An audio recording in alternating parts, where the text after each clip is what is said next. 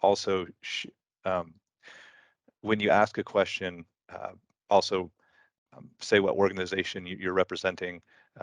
It can help folks as they're moving along through the process. We will go through introductions here in a second, but sometimes these are very long meetings, so folks pop in and out of the meeting, and when can be helpful for everybody to know who you're representing. So with that, we also will do introductions here in just a second.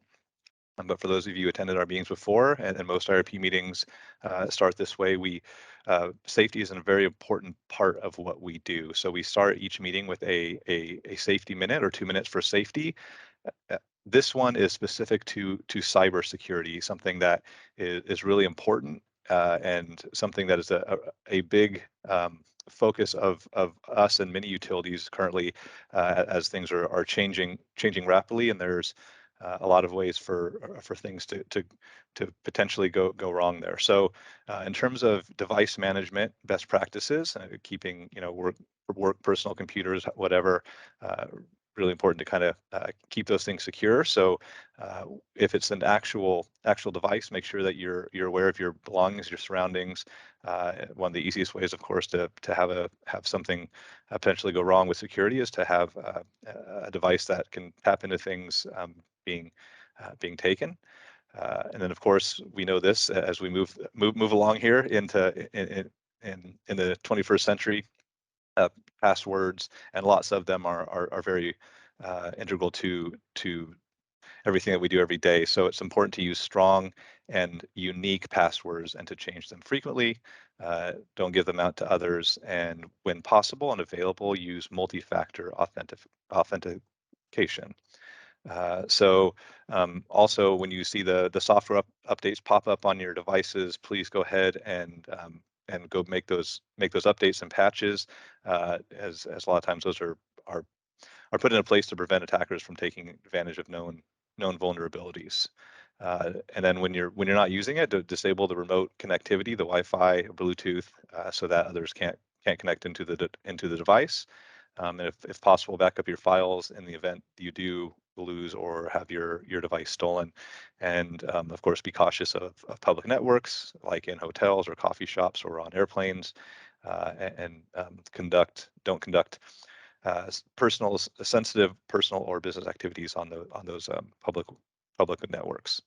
And one of the biggest ones, we're reminded from our IC security team all the time, one of the trickiest ones is where a lot of phishing comes from, of course, is nefarious links. So if you're not really sure of the person sending it to you, and also are really sure that it's really them sending you something, don't click on a link, or else that can lead to problems. So there's our safety minute. Of course, as we said, it's very important. And before we jump into the schedule here, I think we'll go ahead and do introductions. And Melissa always does a really great job of emceeing with that. So we'll go ahead and do that. I'll start. I am Ryan Bracken, the Director of Strategic Planning at Northwest Natural, and part of what we call our IRP team. But there are a lot of different groups that are really needed to be able to make an IRP, and you'll meet some of the folks in those different departments along with the IRP team right now.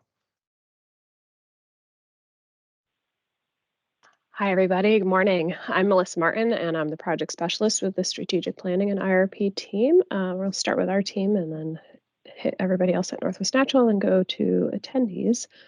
Start with Tammy. Thanks, Melissa, and welcome everyone. My name is Tammy Lindbergh, and I'm the Senior Director of Strategic Planning. As I mentioned, welcome and thank you for your participation.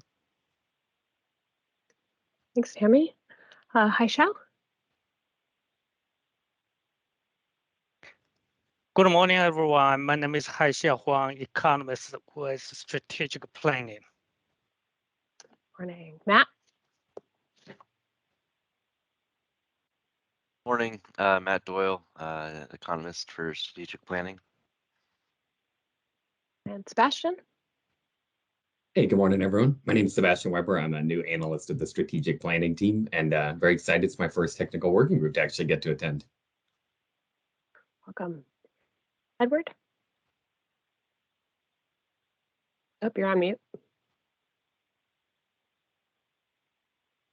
Morning, everyone. Edward Thurman, system design engineer. I work in the engineering department, and I'll be presenting today on the modeling side and the Forest Grove upgrade project. Thanks. Andy?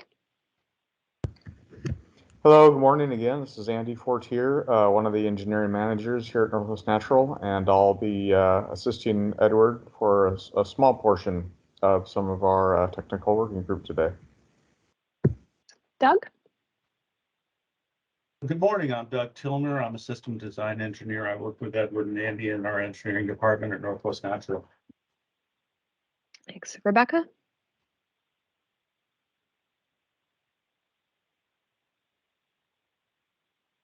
You're on mute too.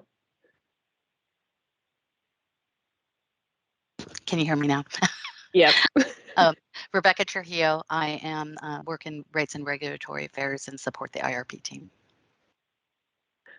Scott? Hello, good morning. Scott Johnson, Director of Gas Supply at Northwest Natural. Lainey? Good morning, Lainey Ralph, Northwest Natural. I work on our energy efficiency programs. Okay, we're gonna go to attendees now, and forgive me if I get your first or last name backwards. Some of these are in mixed up orders. We're gonna start with a call-in, a 206 number.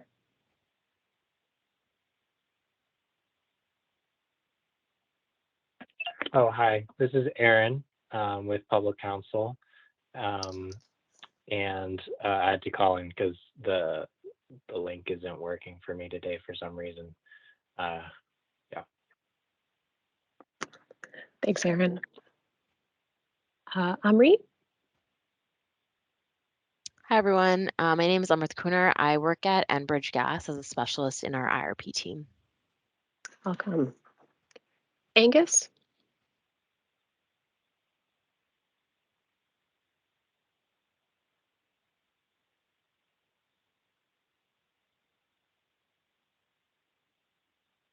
Angus, you're on mute if you're able to come off.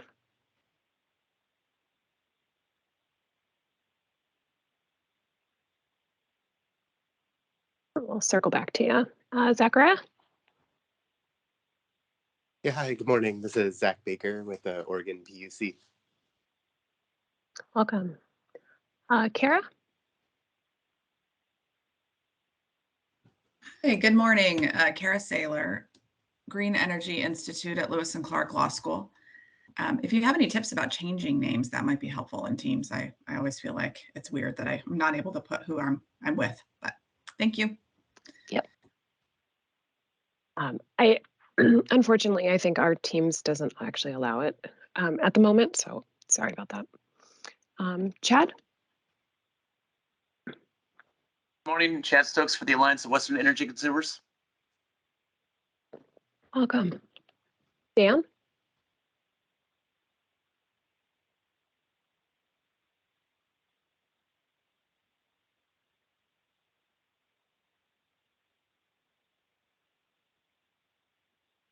Dan, you're on mute if you're able to come off.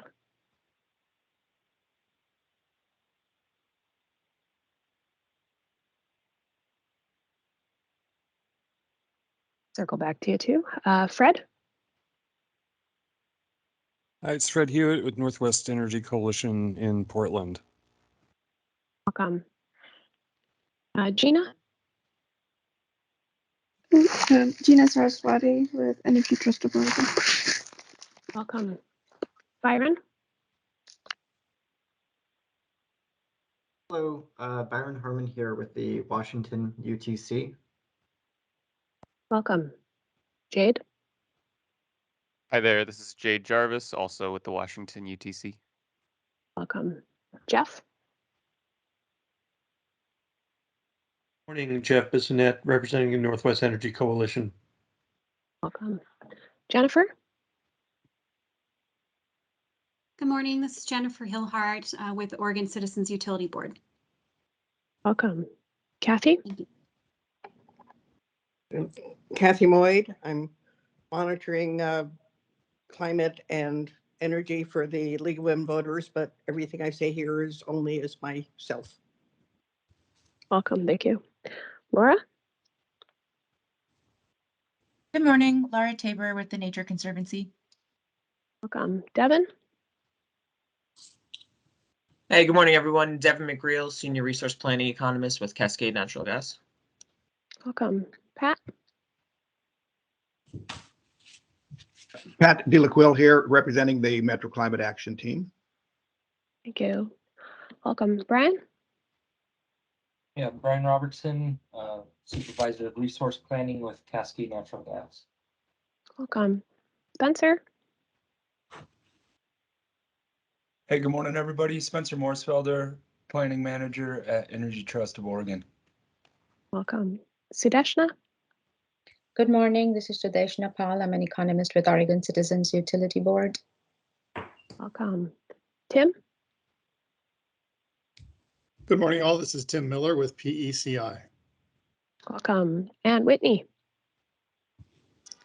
Morning, everyone. I'm Whitney Wong with Enbridge Gas. I'm an advisor for the IRP team.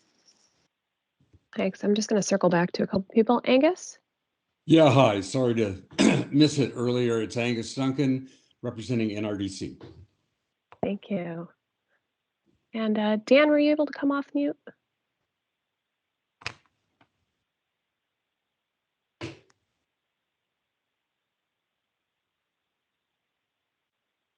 right. Well, if you're able to throw an intro in the chat, go for it. I think that's everybody.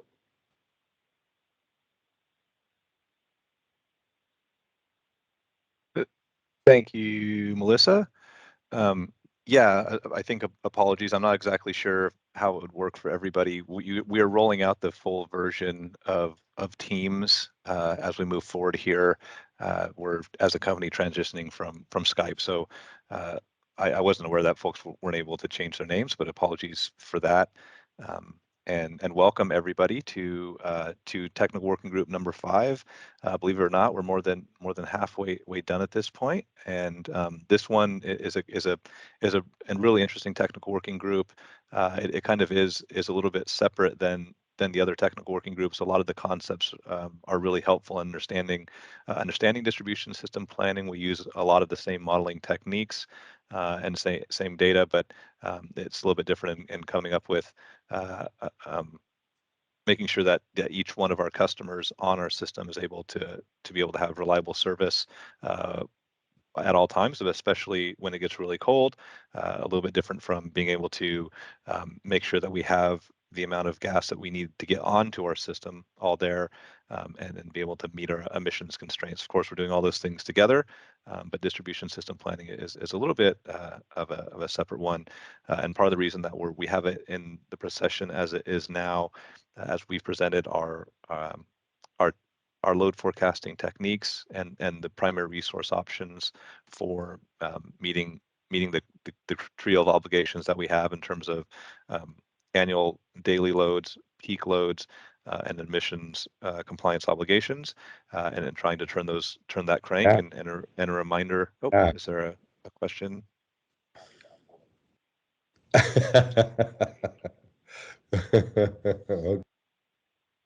Sorry, Ryan. I think we just had an unmuter. I think that Dan was able to unmute. He's got injected a laugh straight into the meeting. We'll take that. Okay, so but we do ask.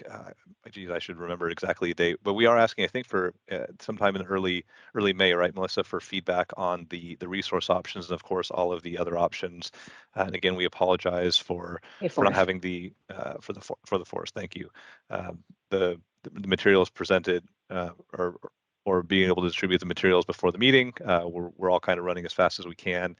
We've heard from a stakeholder or two that they also feel the same, and are open to having a discussion about timing, but want to make folks aware that as we saw the executive order 2004 passed in Oregon, and some of the things that were taking place in the legislative sessions in both of our states, we petitioned for a delay to have the IRP better align with those processes. And as part of that, in both states, we do have a date that we are kind of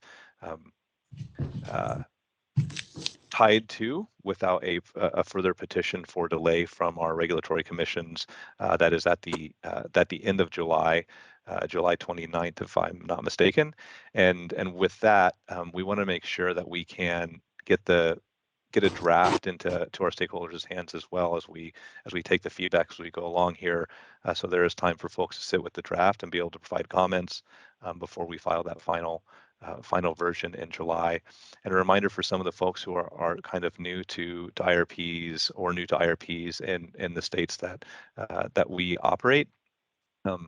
They are a little bit different in Oregon and Washington, but there are substantial opportunities.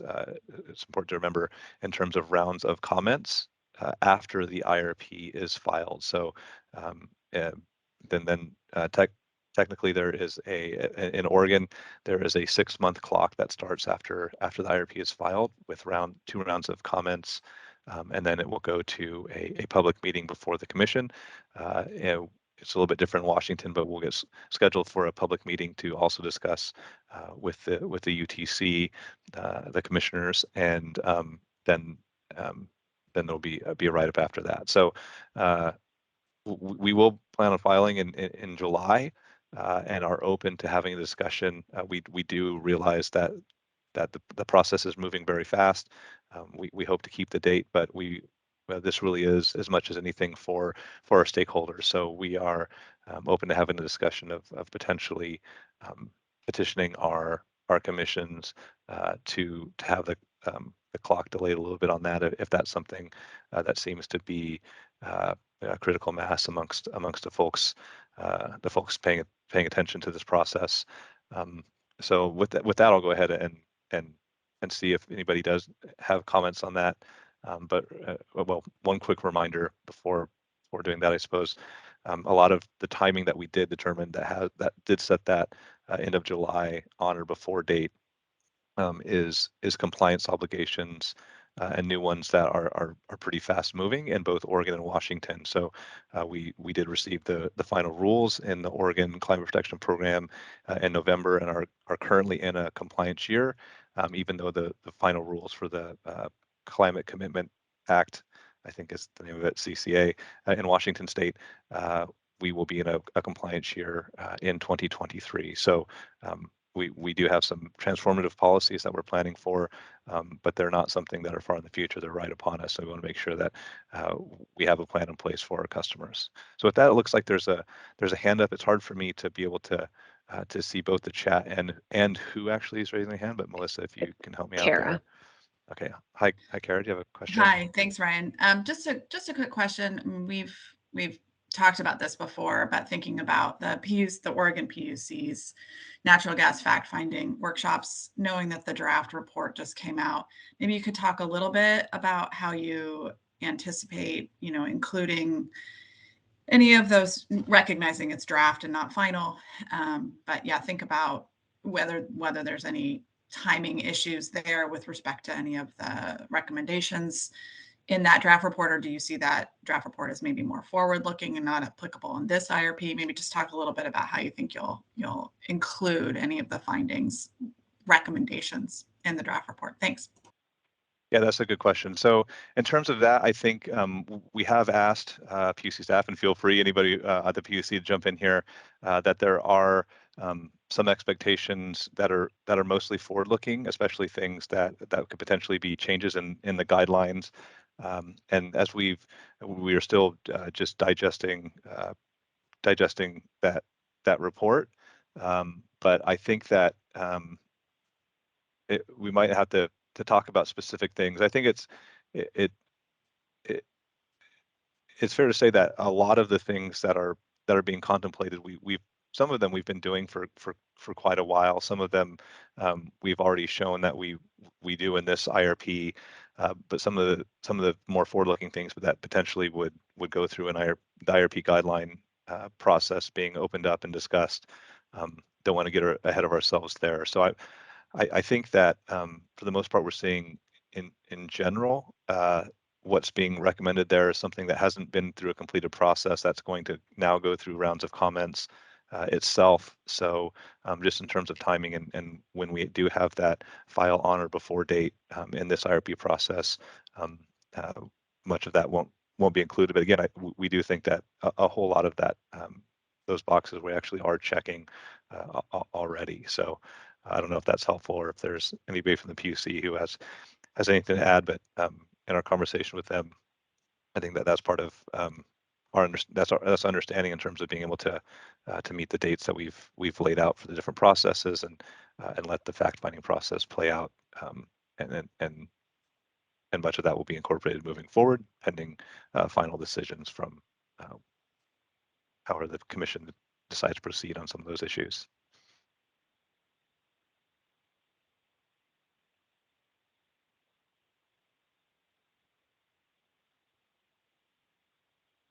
So hopefully that's helpful. If you have any more specific questions on specific topics, I think I'm happy to try to answer those as well.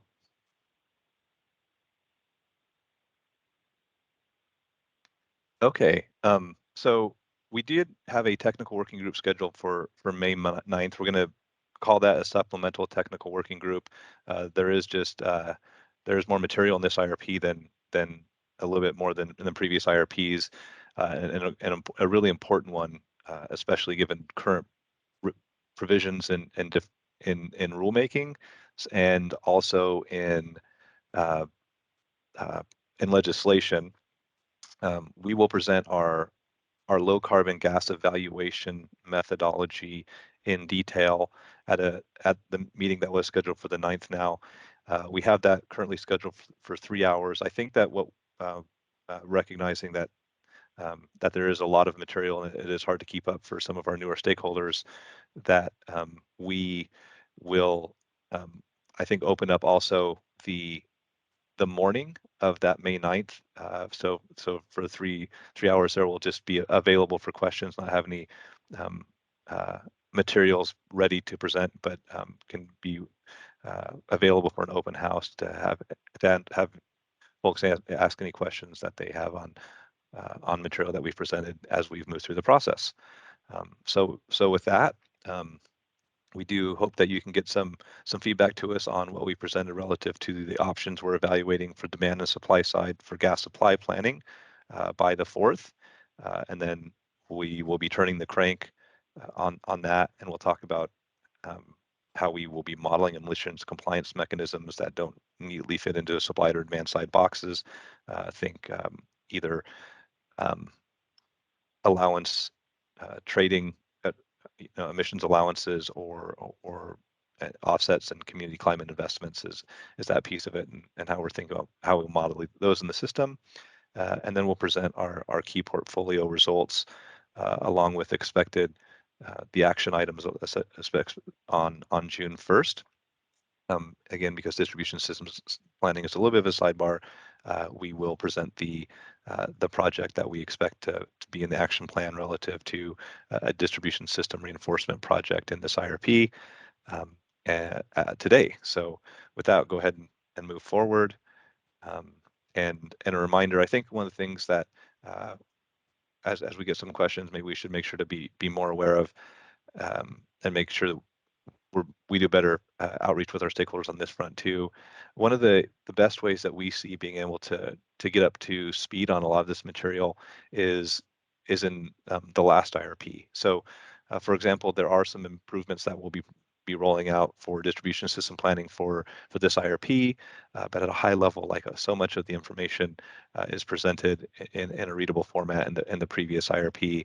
And that's true for a lot of the topics that we're talking about. So there will be some changes, but they're more kind of add-ons and improvements relative to big changes in methodology.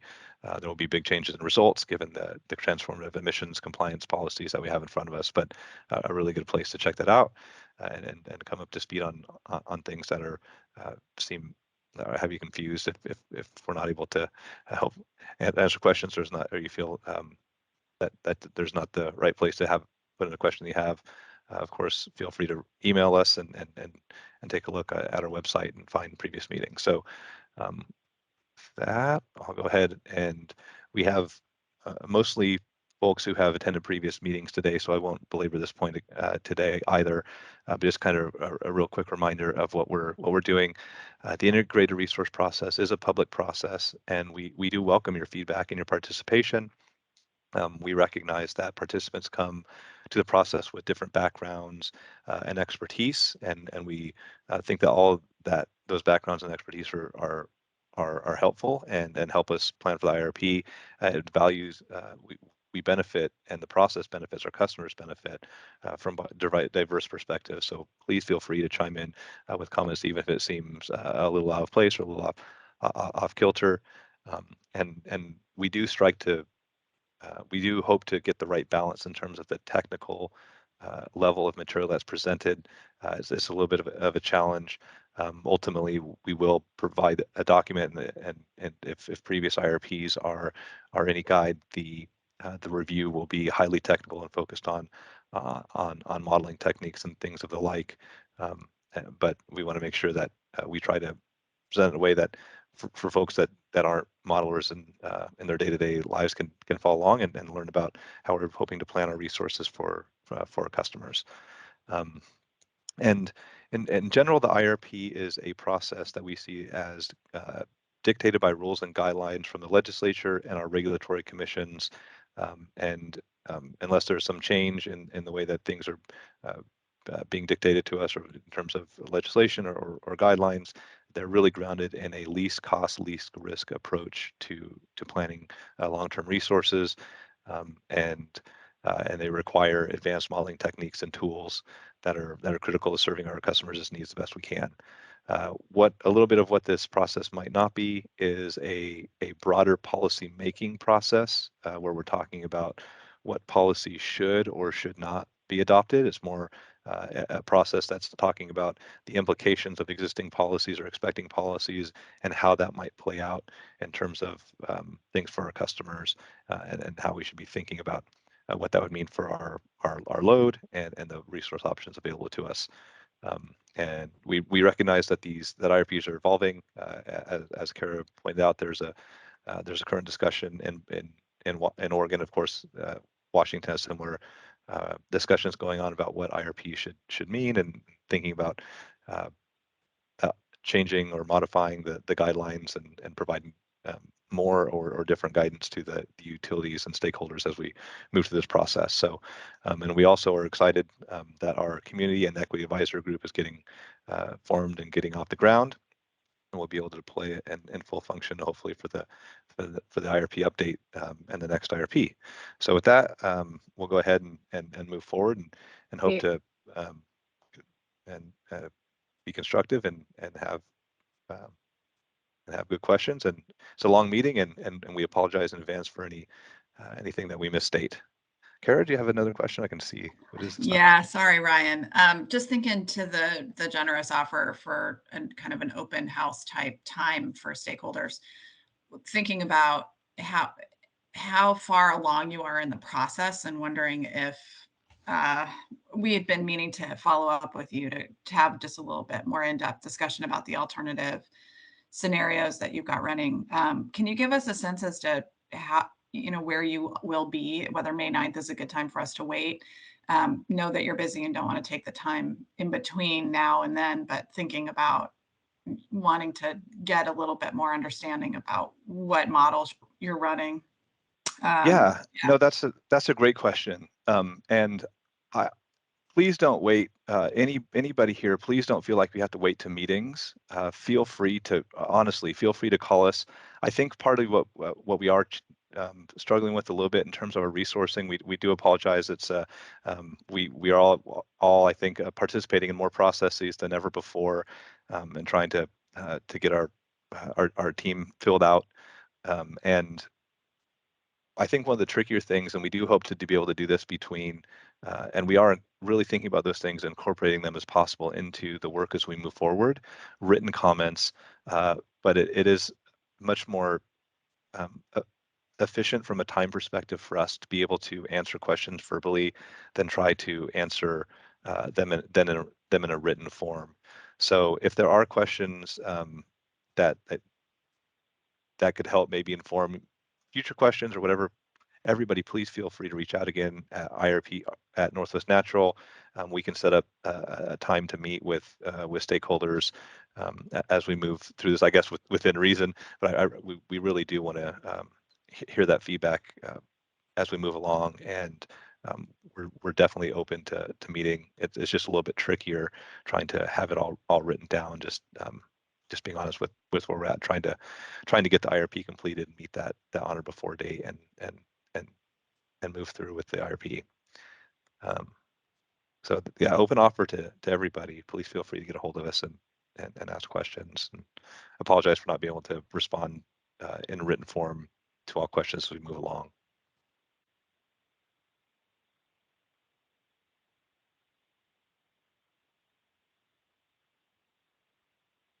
Okay. You have a follow up, Kara? No, I don't. We'll be reaching out with a couple of stakeholders are interested in just setting up a time. So we'll reach out and do that once we collaborate over here. Okay, great. Appreciate that. Okay, so won't go into this too much, but again, the first one we talked about the planning environment and how the emissions policies and the obligations that we have within them are transformative policies that are really will change the look of our action plan and our expectations going forward relative to previous IRPs, and talked about how we plan to make sure that we have a very wide net of potential futures that we're evaluating in terms of this IRP to make sure that we're trying to make low regret decisions as we're moving forward. And then we had a second technical working group that was focused on load forecasting. A lot of that will provide some background for what we'll get into shortly after this today.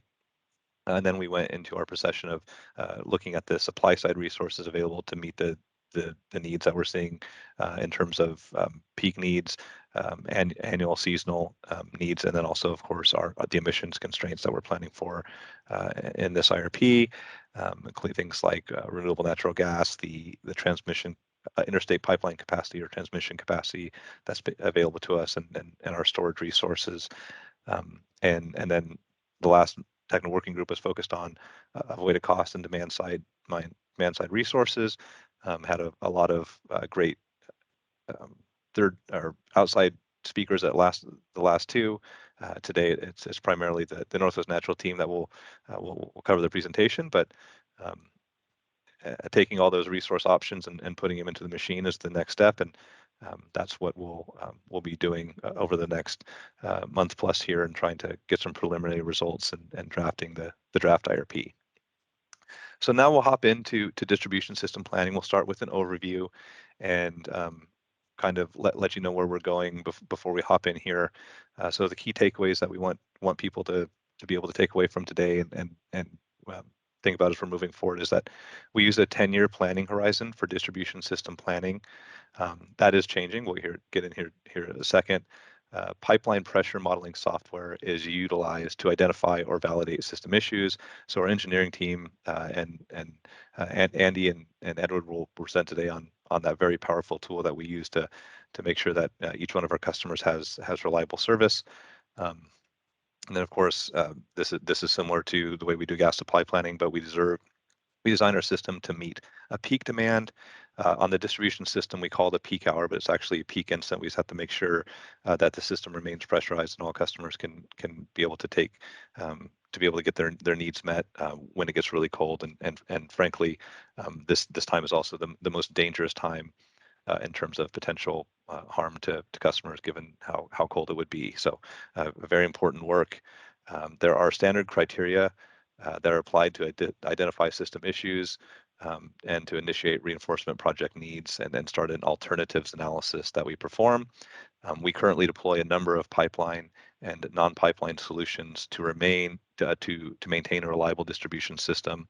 And one of the big things that we're currently in the process of doing, and we're happy today to be able to talk about some of the progress that we're making on this front. For most of the last few decades, Northwest Natural has planned for, partly driven by direction from our commissions, just-in-time distribution system planning to make sure that there weren't resources being put into place before an actual need. So it was kind of waiting to till there is a time where it's like the time is now. There is a need. If we don't do this project, there could be a real risk of losing some customers or having an outage during a cold event. So, but as we move to being able to expand upon the slate of options available to us that we analyze to meet distribution system issues, we are moving to a forward-looking process so that we can start that alternatives analysis before there is a need, so that some of the longer-term resources that have a longer lead time to be able to incorporate and to meet that need can be incorporated. So the key ones that we're thinking on that front is geographically targeted energy efficiency and potentially geographically targeted demand response. We'll provide an update later today about our geographically targeted energy efficiency pilot and where we're at in that process, and how we're getting to a point where we might be able to put that into practice on more than a pilot basis. And one of the things that's important to keep in mind as we move through this is that outage considerations for a gas utility are especially for some of the folks who are more familiar with the electric system, outage considerations are more extreme for gas distribution networks. In general, gas systems have far less outages, but the implications of an outage are quite different. So, for example, if there is if a system does lose pressure to get things going, there's generally a need to go to every customer and help them relight pilot lights and make sure the system is safe, and do a lot of house by house, business by business work to be able to get the system up and running again. So a little bit different than an electric system that generally, if it has an outage and the issue is relieved, then automatically the system will be ready to go and providing service again. So different considerations when assessing the risks and thinking about planning standards and resource options, given the stark implications for an outage on the gas system. Okay. So we usually start with this in every technical working group, and we'll show how it's very similar, but it's a little bit different here for distribution system planning. The first step, or the first big step, is determining what the resource need is. So that's two things, right? What is the system currently capable of doing? And what is the load forecast? And this can be on a much smaller area than the entire system, which is something to keep in mind as we're moving forward. A lot of times there are parts of the distribution system that don't impact one another. So determining what the area is, that is the area of impact, is a really important part of determining the resource needs specific to the distribution system. And then similar to with gas supply planning, once there is a weakness or a reinforcement need shown, try to cast a wide net about looking at the potential options that might be there to be able to fill in that gap and bring the system back within planning criteria to keep it reliable. And then we look at, of course, both demand and supply side resources, and then in that case, then we can move directly to a financial analysis, evaluating to determine the least cost, least risk resource, and in this case, come up with the action plan or expectations for distribution system projects that we think are needed to keep our system reliable. Tim, you have a question. Yeah, thanks, Ryan. Appreciate it. I was just thinking and reading that last slide and then this slide. You know, the whole paradigm here is, intelligently designed and evolved over many IRPs, I'm sure, for many, many years, to make sure we have enough gas as the system is expanding.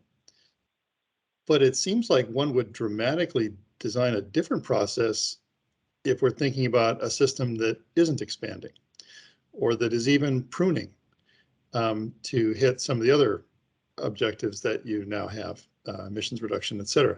And I know that no growth is one of the scenarios you all are looking at. So can you speak to that? Because the whole paradigm is, let's make sure we have enough. Do we have enough supply? What's the demand side? What are the options? let's make sure we have enough. I would think that one would think very differently if one were thinking about what do we do with this extra, or how do we not use so much, or what do we do in a no or negative growth situation? Whole different IRP, I think, isn't it? It's a really good question. I think that there are some slides that are coming up that will hit on this a little bit, but I think one of the things that maybe is I want to point out here is that planning for the distribution system is somewhat, not completely, of course, but it's a little bit more independent of emissions planning than gas supply planning. And it's definitely true that if there was not a growing peak hour need in any place on the distribution system, that there wouldn't be much of a need to have reinforcement projects. So we continually monitor our data, and we use the modeling techniques that we showed in the second technical working group, and we'll expand upon here today to make an estimate of where that load is going, and especially on the distribution system planning front, the timeline that we're looking at for evaluation is much shorter.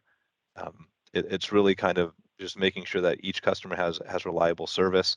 So we say it's a 10-year process, but in a realistic sense, even as we transition to a more forward-looking process, we don't expect taking action on things that last or have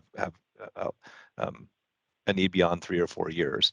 And there's a lot of reasons for that. And part of it is it's a lot trickier to forecast the smaller the area that you get down to. It's a more tricky thing to be able to forecast need. If you think about our entire system with hundreds of thousands of customers, the growth can kind of get peanut buttered.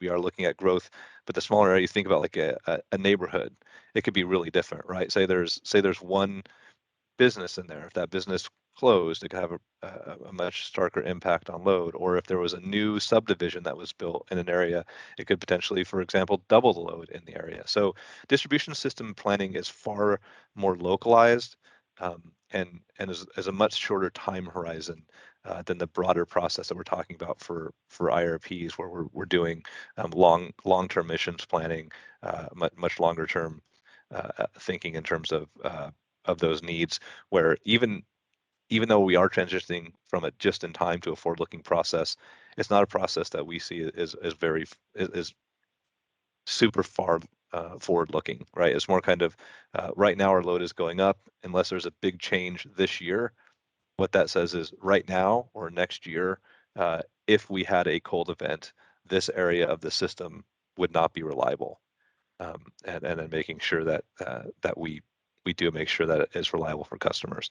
Now, if these broader policies do start changing what we see in our data, these forecasts that we come up with, they won't show a growth, they won't show a need at the system level. But again, distribution system planning is very localized. So it could be that overall the system is potentially even having peak load fall, but there could be a need in an area that a new industrial hub for new, I don't know, whatever, microprocessor production facility or whatever. It's much more localized than the broader planning that we'll do. And we'll talk about a little bit about that more in the slides to come about what we're talking about here with distribution system planning.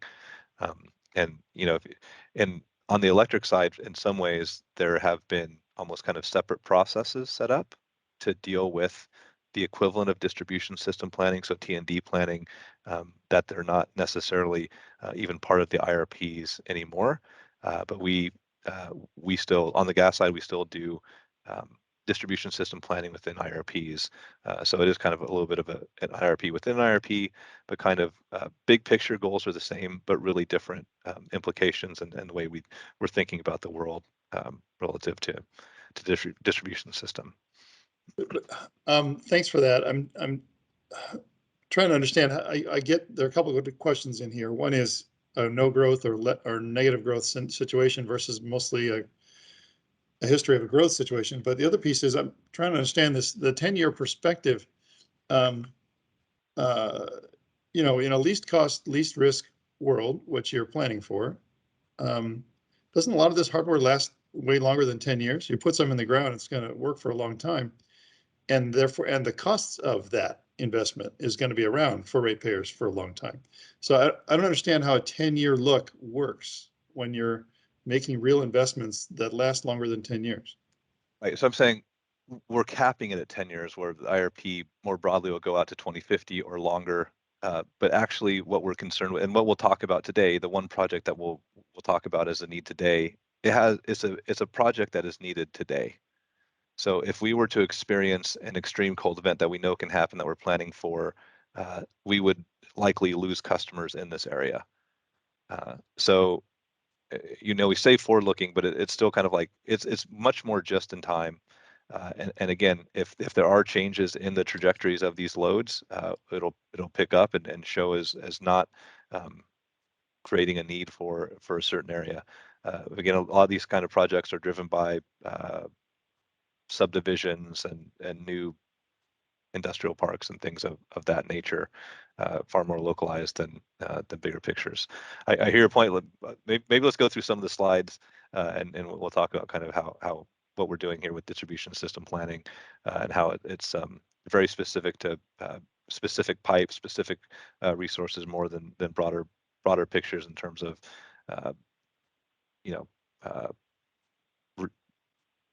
emissions planning or how much gas we need in total. It's much more localized. So, yep.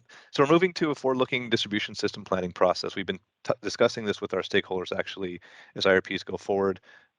And there are some interesting policy questions that we've framed in terms of our geographically targeted energy efficiency pilot that'll have implications for other types of geographically targeted resources. But we're moving to this forward-looking process where model the distribution system based upon actual pipe placement and specifications. That's the supply side. The demand side is a forecast of peak hour usage for the area in question. And that forecast is net of energy efficiency savings and existing demand response resources, which are substantial. So if we didn't have all of the great work that we did prior to the 2000s, when energy trucks took over the great work of providing energy efficiency programs for our customers, we would be seeing a lot more project needs as we move through time.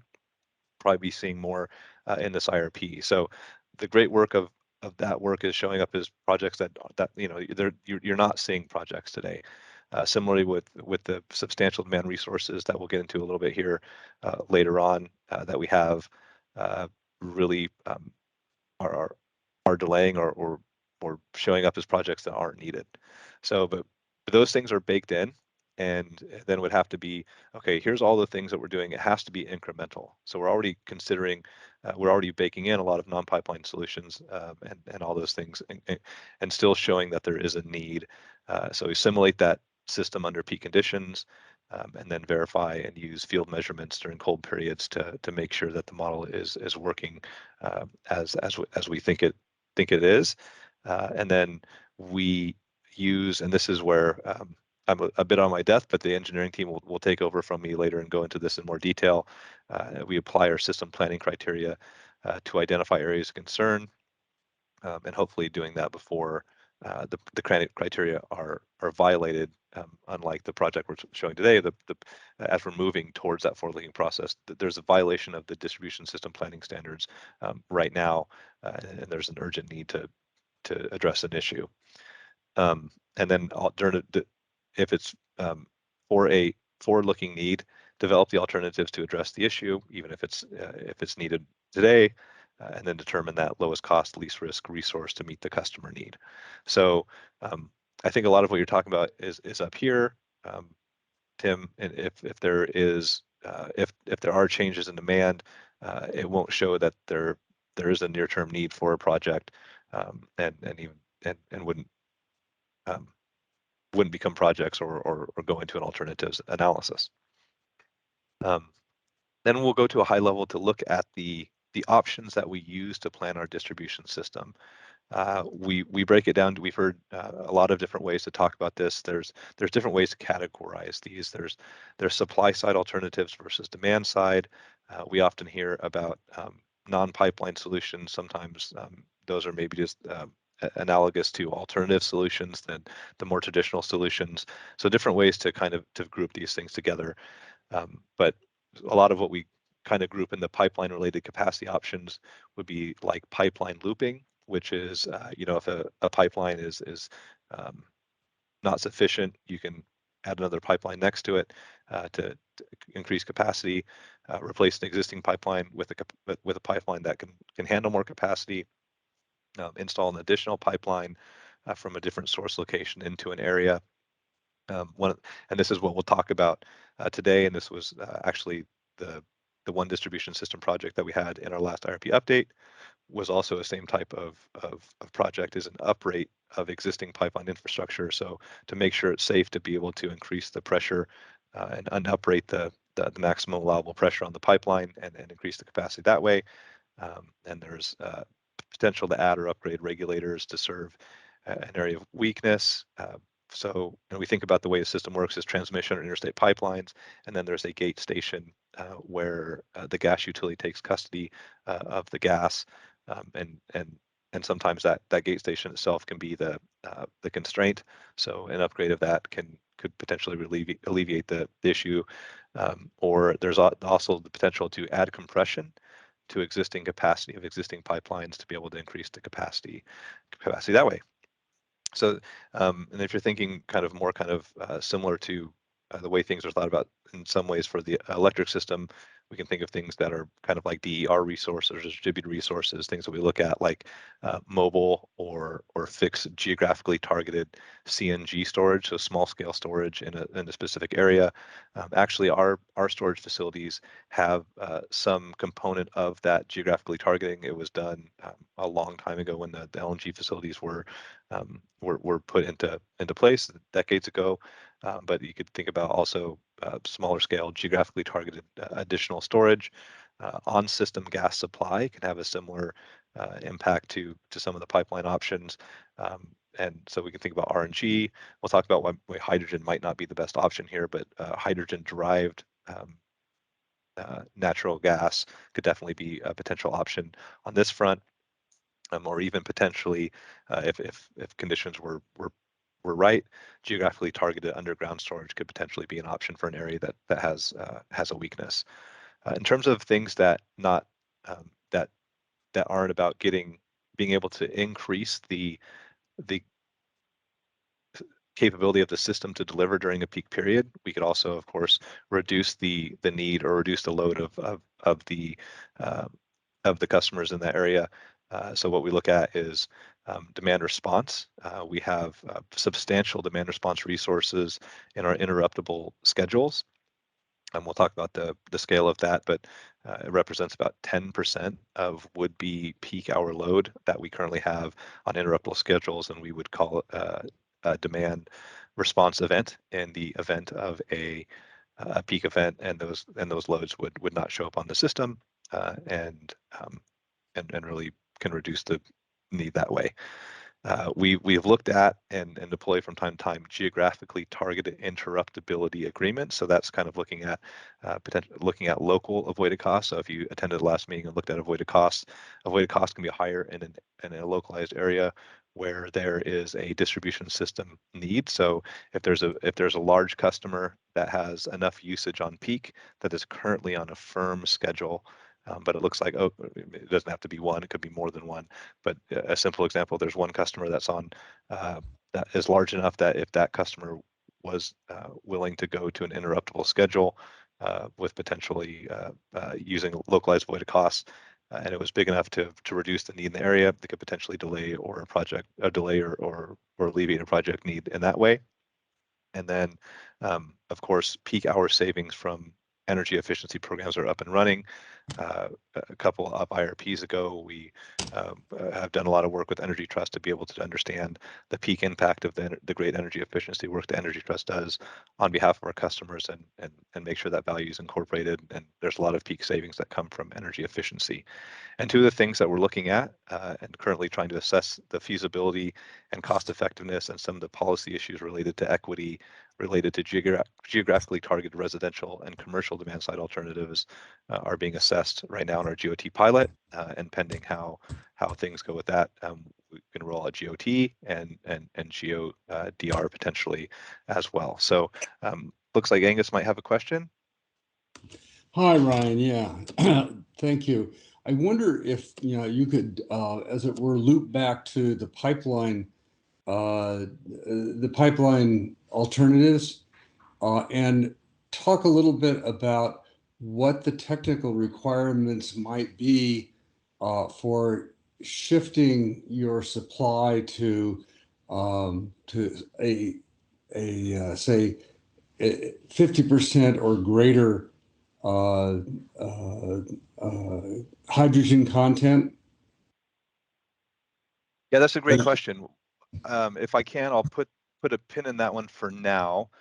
We will discuss that as we move along today, but we'll definitely get into the potential for hydrogen to be a resource for alleviating distribution system constraints.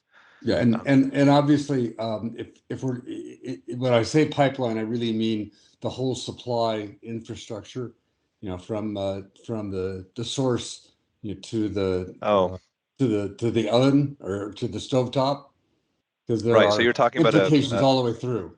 A micro hydrogen grid, or delivering pure hydrogen to a industrial customer, or industrial customer or residential customer. I mean, at least the way I read what Northwest Gas has asserted as its strategy. Its strategy is to proceed from the current in-ground sourcing of natural gas to convert to RNG and hydrogen. And RNG, I think, doesn't require much, if any, adjustment in the pipeline system, but hydrogen, I think, would require significant adjustments. And so I hope we're going to talk about both what those are and what the cost implications of those are.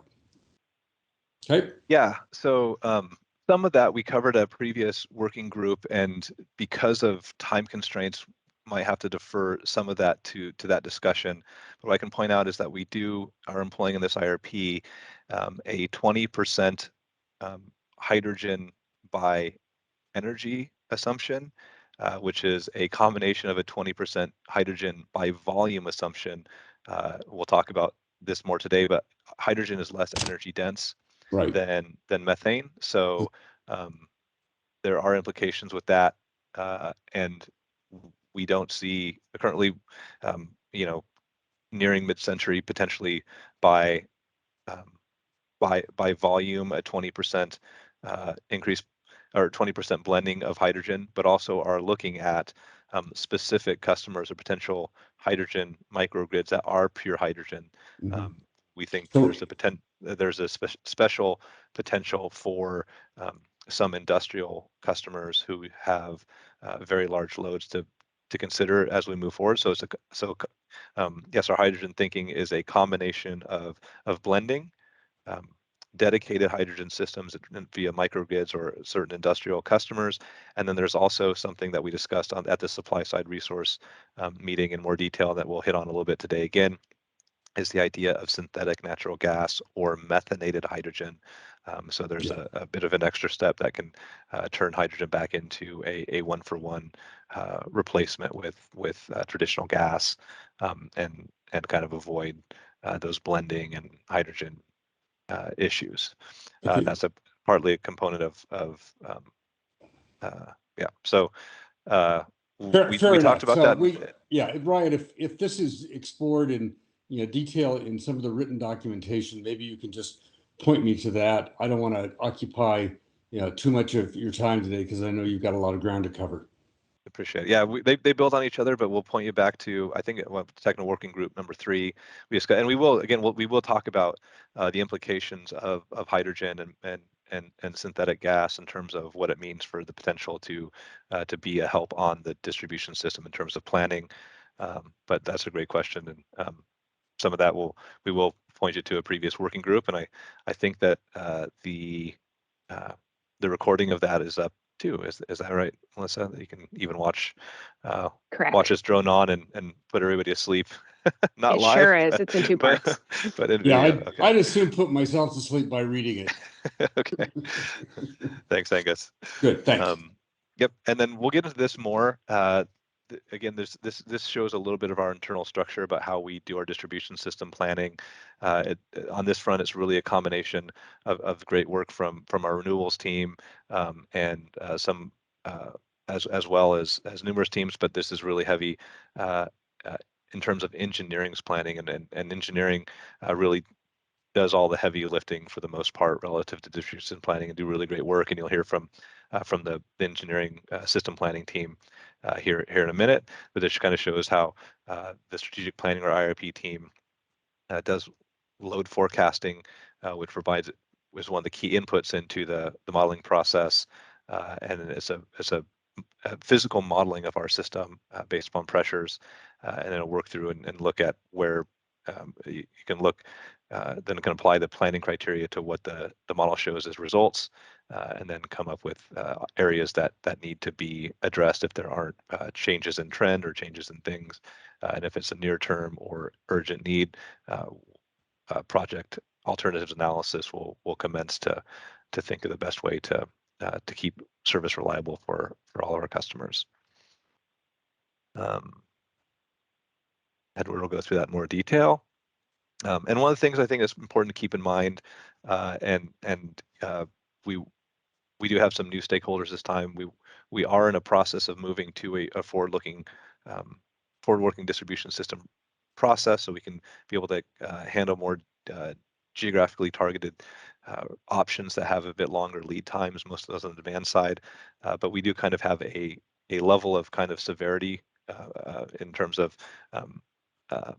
prioritization of need, given that, again, we have some pretty serious implications for losing customers, especially during a peak period. And the most likely time, of course, to lose customers would be the most dangerous time in terms of it being really, really cold. And we do recognize, though, that we don't experience the design weather that we are planning our system to very often at all. And with that, we kind of have a area is being monitored, and on the forward-looking piece, this shows that this is when we will be getting an alternatives analysis. So the system model shows that with the forecast, areas of the system are approaching violations of a system reinforcement standard under peak conditions. The kind of next step up in terms of level of need, and this is where the project that we are including in this IRP that we'll talk about later today fits into this category. So it's modeled violations of system reinforcement standards under peak conditions, under current conditions. So what that means is, with the current customers that we currently have, if it were to get cold today, we would expect that there would be a violation of the system reinforcement project and a real potential for a customer outage. Moving up in terms of the next one, sometimes we'll get into how this isn't a perfect process, and there are hundreds of there's a lot of pipelines out there, a lot of meters. It's not perfect, so sometimes there is a potential to be surprised with in the field violations of standards that weren't noticed in terms of the modeling, or say, oh, it looks like there could be an area here. Let's make sure to get a pressure recorder out there during a cold event and see that could be a little bit trickier situation than even that the model is showing. And the last one, of course, is if for whatever reason there is an outage that is because of cold weather on the system, there's obviously an urgent need to address that issue and take care of it. So it's important to keep that in mind. But the project that we're talking about today, we would expect that we would be violating our system planning criteria if weather got cold to where we know it can be, but doesn't happen all that often. Okay, before we get into this, I think before we get into load forecasting, it's kind of important to stop here and say, we have miles and miles. I don't know if Edward wants to chime in. I don't know exactly. I know there's thousands. I don't know if it's hundreds of thousands, but there's lots and lots of pipes and cumulative across the system. And when we talk about distribution system planning, it could be, you know, a need in an area that's part of a much bigger area, that's a bigger interconnected network, like much of our the Portland metropolitan area, or somewhere that really kind of is isolated, maybe with like a single feed, kind of like a Hood River area. So for example, something like if there's an issue like in the Hood River, we can estimate the load specifically for this set of customers from a top-down look, because there we know that there's only the ways into the system here. For something in this broader area, there are a lot of different ways that is potential that that gas could be fed, and it can be really tricky to be able to estimate load for that specific area. So we rely upon a bottom-up approach with customer data that we'll get into a little bit in detail, and I'll talk about in the forecasting piece, that is calibrated to the top down for the system. I don't know, Edward, how many miles of system pipe out there is there? Combined total in Oregon and Washington, we have about 14,600 miles of pipe. Okay, so that sounds like a lot. But there's and he'll show you the network in a minute. Like these are just the very biggest ones. There's a lot of detail in there, but for distribution system planning, it's really dependent upon what the situation is, what the system is like, to determine what the area of impact is. And that's an important part of the process here in determining a need is, okay, well, where is the area that that could have an impact and help maybe delay or avoid this problem, or where we need to fix. Tim, you have a question? I do, Ryan. I know you asked me to wait for the projects, but I'm guessing we're going to hear about some projects to upgrade the system. And again, as you mentioned on slide 19 there, to me, the sum of that slide is, look, if there's a lack of gas somewhere, we may need to do a project to make sure that people have enough gas, and especially dangerous when it's cold out. What that question doesn't say, and we're trying to have this polite conversation where we're assuming we're trying to do the best for ratepayers and serve customers. So let's stay in that frame of mind. But what that doesn't say is if there's a lack of warmness and energy services for our customers, we may need to do a project that provides warmness and energy services for customers, which may mean, holy cow, this is going to be expensive to extend gas service here or to upgrade gas service here. Maybe we should electrify all these homes. Maybe we should prune the system here. Maybe we should provide incentives or other ways for these customers to get electrified. It feels to me like we got a little bit of a conversation here where you're a hammer, so everything looks like a nail. You deliver gas, customers need warmness, so let's figure out how to deliver more gas.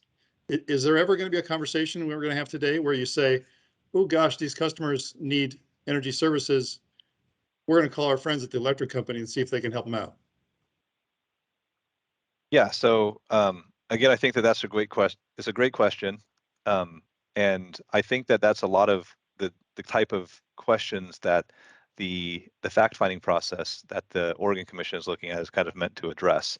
So if you look at the IRP guidelines, and just to be honest about expertise, there really is a drive to be considering cross-system resource planning, and could potentially be something that's moderated or adjudicated by someone like the PUC or the UTC. But in terms of our planning, we're meant to plan our load by guidelines for serving our customers' needs, and evaluating cost effectiveness. The cost effectiveness framework has been from the utilities perspective, in terms of a gas utility customer's perspective, and there are discussions about that. But if there is a process that allows those options to be costed out and compared against these options, we're very open to looking at those options, and that's something I think that is being discussed and is something that I think that stakeholders can expect potentially processes starting up to look at multi-utility planning, multi-system planning as we move forward. Got it. Thank you. Yeah. Okay, going back here. So distribution system planning considerations. There are some things that it's important to maybe keep in mind for folks as we move forward. It wouldn't, I think that there might be kind of a presumption that there are maybe a lot more meters throughout the system than than there really are there. So there's meters, of course, at every customer's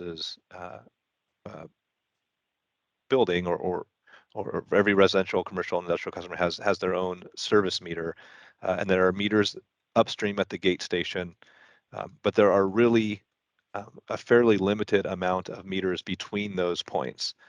So there can be, you know, a single gate station can potentially feed tens of thousands or 100,000 different customers. So getting great information about specific areas is not as easy as it could be if there were, you know, maybe if the system was overbuilt or whatever. There are meters all throughout the system, had really good connectivity all across the grid. We have been strategic about looking where we can put in meters between the gate stations and customer meters to get better information to help us be able to break groups up into easier to or areas that we can forecast a little bit better, that given that there are some areas, especially in the Portland metro area, where it's very interconnected, and there's lots of customers that we have to rely upon a bottom-up load forecasting. So it's an important thing to keep in mind.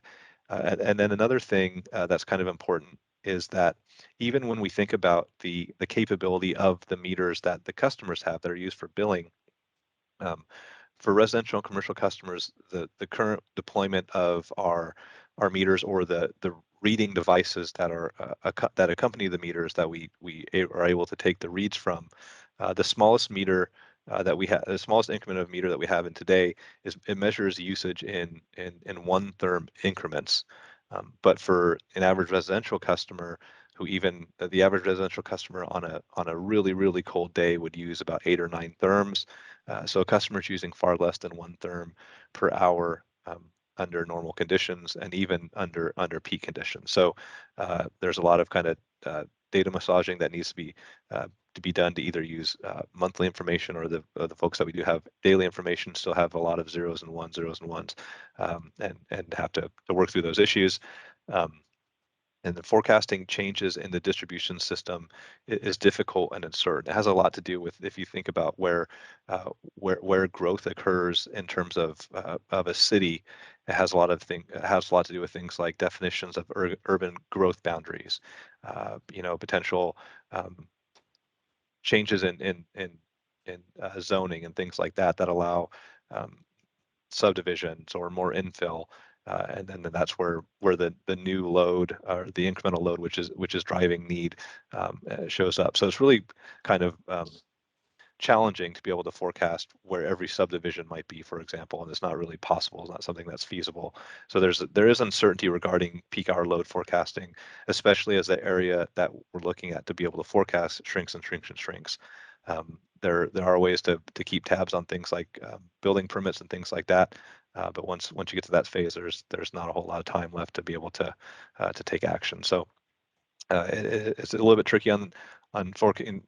So system-wide forecasting load is you have a really good idea of how the trends are moving forward, but the smaller area you get, it can be really very different across places, and really challenging to forecast, as you imagine. And in some ways, the capacity options for natural gas distribution system options on the demand side are not well studied. And a lot of the work that we're working on, for example, with our GOT pilot, is about being able to make an estimate that we feel somewhat comfortable with in terms of its timing, its impact, and its cost, to be able to compare it with some things like pipeline upgrades and things that have more certainty in terms of cost expectations, and what it will do to help the system.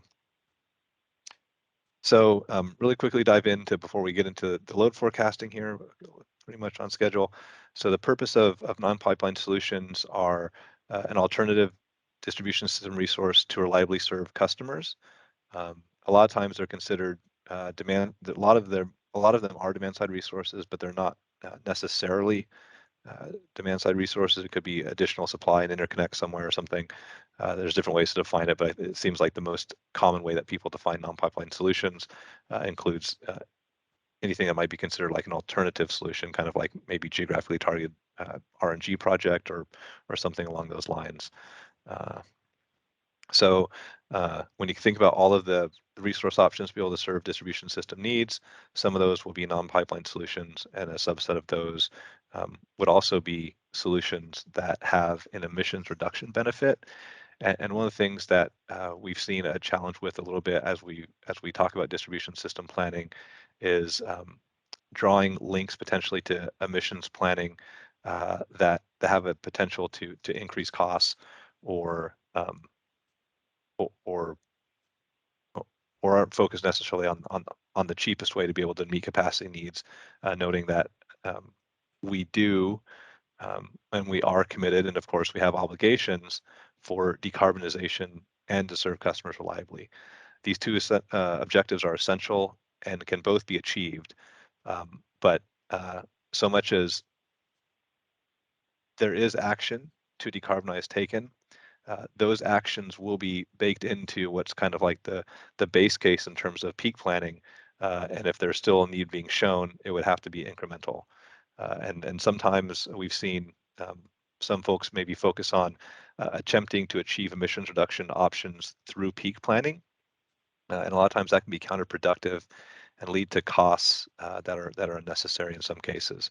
Again, it's not saying that we're not committed to decarbonization or that's not important. It's just that there, in a lot of cases, distribution system capacity planning and emissions planning are separate endeavors that can kind of, in a lot of ways, be independent. And one thing that maybe to keep in mind, again, as we've heard maybe some misunderstandings on this topic, peak planning, peak event under like what we're planning the system for are really uncommon by definition. We wouldn't expect one to happen every year. It's really just making sure that if it was really cold, so say like what happened in Texas a couple of winters ago now, or in terms of peak planning on in terms of cooling load, like what happened in Portland last summer, those really infrequent kind of events that don't happen every year. And we think about the emissions that are associated with those peak events in the long term, they're really pretty inconsequential. And there's also kind of something to think about also that maybe a lot of folks aren't aware of, but a lot of existing and even prospective demand response programs, they rely upon a backup fuel to help alleviate some peak need. And a lot of times that backup fuel could be more emissions intensive than the primary product. So for example, some of our interruptible customers who we can call demand response event for, they could be using diesel fuel during those peak periods to meet their needs, or they could be shutting down. There are different ways that they could be an interruptible customer, but it's not out of the realm that they could actually be having increased emissions for that 1 day or 2 days that happens every 20, 30 years, and that would be an increase in emissions for that day or the days around it. But in the grand scheme of things, in terms of contribution to the climate crisis, they're not. They wouldn't be a big driver, but it's also important that if they can help make sure that folks have service during really cold days, that there is that value. So it popped up. Sorry, I saw something. The chat popped up. Kara, do you mind? No, not at all. I just was interested in that thinking about alternative use of fuels. And is that something you track? I mean, is that like, could you do a survey or some method of tracking what your interruptible customers are doing when you do stop service? Because that does make a difference in terms of what considerations you're making to reduce emissions. Yeah, that's a good question. I think it gets a little bit hairy in some ways, because if the customer's using using some other fuel besides natural gas, even if it's like a transport customer that we're not selling gas to, but we do have a compliance obligation for their gas usage within a program, they might have also an obligation for the emissions associated with the, like a diesel fuel, but it's not part of the obligation that we would have as a utility. So again, that would kind of be maybe a policy question that we can't necessarily get into in an IRP, but maybe an interesting policy question for legislators or the commissions about what is the right framework to be thinking about these options.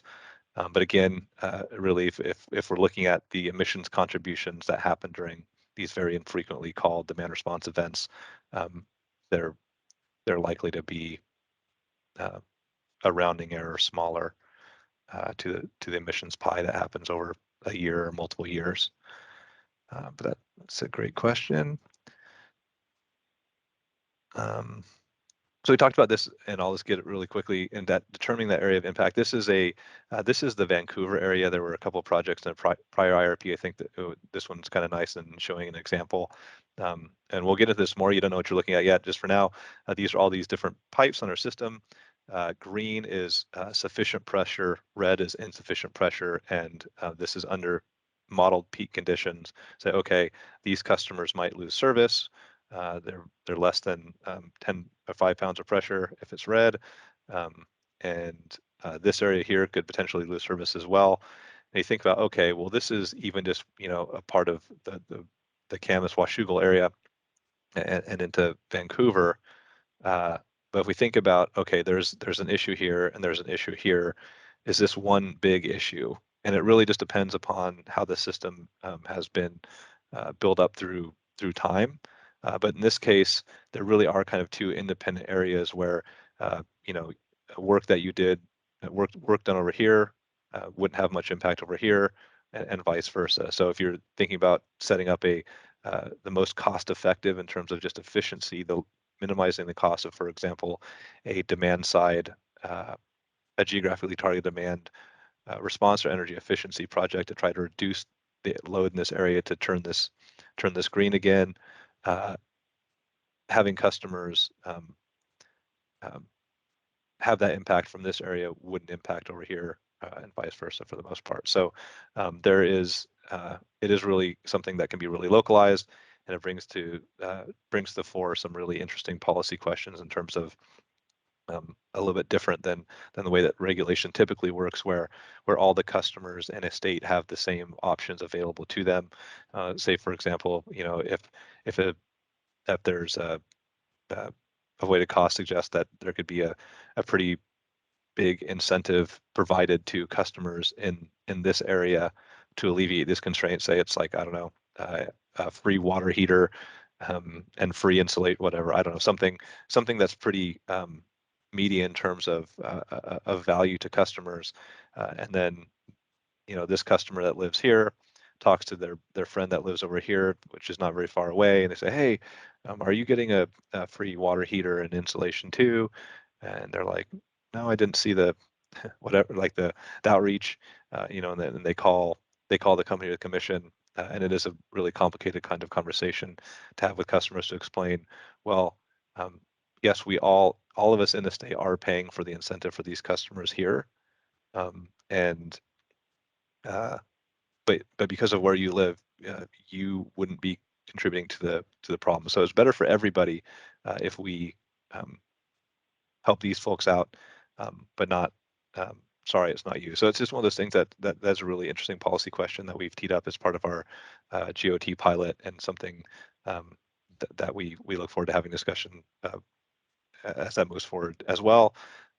And then if you think about, in a lot of ways, if you're going to make a estimate of the peak hour load for each business or house, and thinking about in terms of bang for your buck in terms of reducing peak hour load, just in terms of efficiency, it could be quite unequitable in that it would likely be quite regressive, where the potential to reduce peak loads from a big house are probably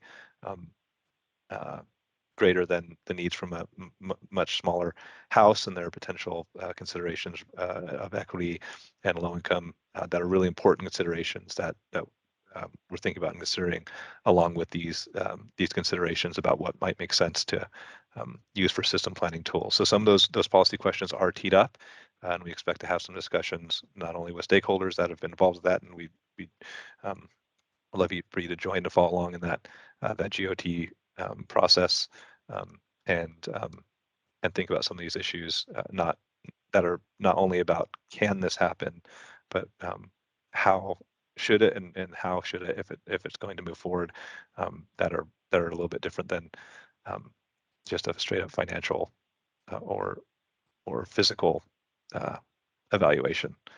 Pat, you have a question? Yes, Ryan. This is very interesting, and I like it a lot. I mean, but it raises a question in my mind, and I assume that you have the information. And if you're going to touch on this, just let me know. But it would be very interesting as well to overlay or to see a similar map that had the age of your distribution piping color coded like the pressure is here in terms of peak delivery pressure. And I wonder if that data is available and how you use that in your distribution system planning. In terms of the age of the infrastructure, I think in a lot of ways, I might phone a friend from the engineering team on this front. I'm trying to also get maybe at the, if I'm trying to make sure I'm understanding your question correctly, and feel free to, if I go off script or go off on a tangent here. I don't think that so much as the pressure needs of an area have too much to do with how old a pipe is or how new a pipe is. It's more, these pipes have this capability, and this area, if it got cold, there would be an outage in this area. It seems maybe somewhat irrelevant, if I'm understanding your question correctly, how old the different pipelines in the different No, area I are. wasn't drawing a correlation. I was simply saying it would be nice to see that age information as well in terms of, well, I mean, again, I think looking down the road, I guess anyway, I really was not looking to draw a correlation, but really just looking to see if the base information was there. This is Ann Portier from engineering. We do have the information for the age of the pipeline, as well as the material and the size, obviously, and all the other technical details. As far as showing that on a color-coded basis or something graphically like this, not right at this time, but we do have that information, and it basically, when you pull up our GIS system, you're able to see on any given piece of pipe, the size of it, the nominal size, whether it's plastic or steel, and the year that it was installed. So we do have that information, but as Ryan mentioned, it's not, and I guess you weren't asking this, but it's not directly correlated with any particular pressure or flow issue. So. No, I understand it. Thank you. That's good for now. Sure.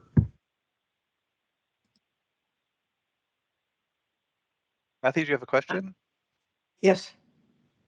This is kind of a follow-on to what Pat just brought up. Is you're talking about only having outages you worry about on a cold day, but aren't there other things? I think Pat was trying to get on. Aged pipes may do leaks, but suppose somebody sabotages one of your compressors. It's going to take you a little while to recover from that. It seems like you've got a very narrow vision of what you're looking at. Oh, okay. Pat, were you getting at leakage estimations? Is that part of what your question was? That was part of what I was getting at, as well as information in terms of, where does it make sense to, as well as looking at, pruning the distribution system, that obviously would be something that would be factored in, I would think. That's kind of, what I was getting some basic information on. Brian, can you jump in again, or? Yeah, you do the reporting, so I think that, yeah, why not?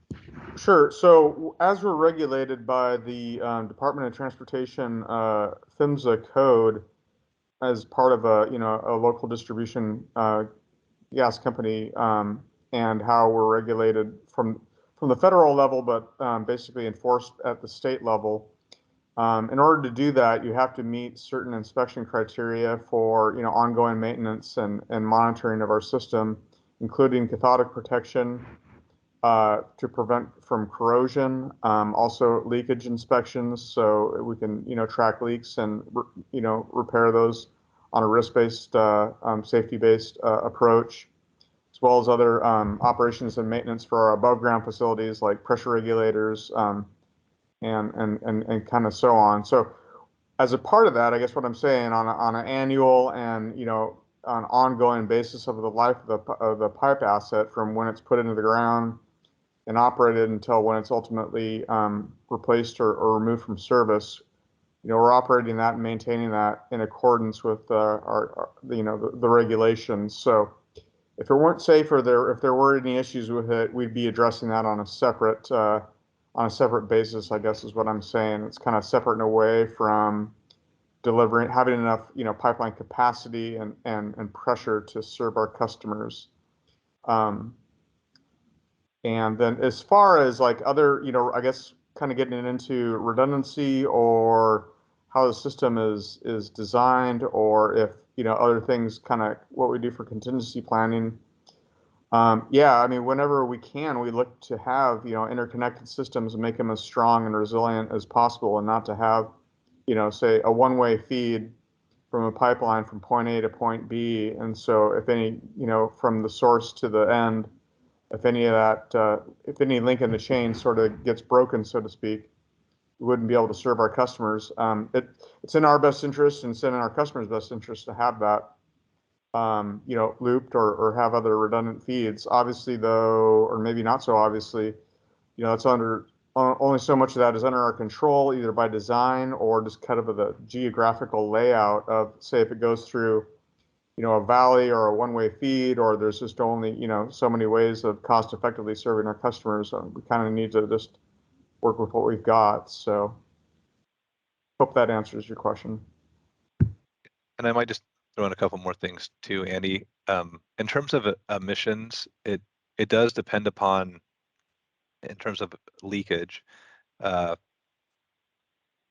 of pipe and those things. But that's something that is, and Andy could get into, I'm sure, painstaking detail into this, but there is a lot of reporting on this issue specific to types and ages of pipelines that are used to make an estimate as part of EPA reporting, subpart W. So that information is detailed and is provided by each utility to make an estimate. Understanding those considerations and the differential leakage rates of different pipes, the Northwest Natural had the foresight and the great support of stakeholders in both states of being a first mover in replacing our bare steel and what's the other one, Andy? Cast iron pipes that have higher potential for leakage, and that work has been completed. So a lot of discussion, I think, that's happening,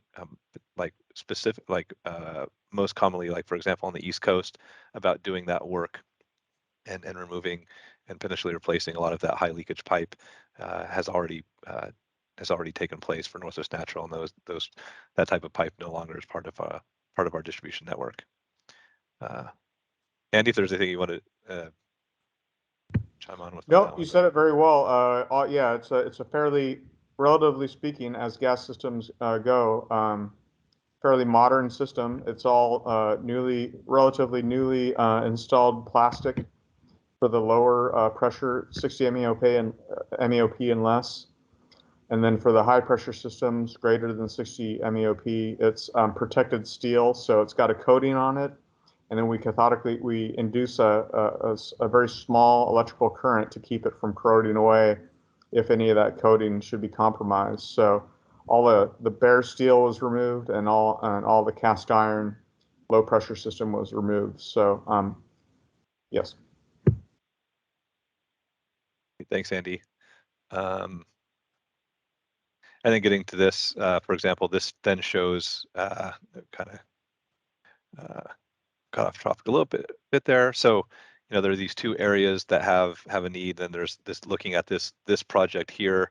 You can see how it alleviates the pressure concerns in this area, but this area is largely independent. So, just something to keep in mind as we think about demand side options, whatever they might be, and whatever the cost effectiveness framework and how broad of a social look that it should take.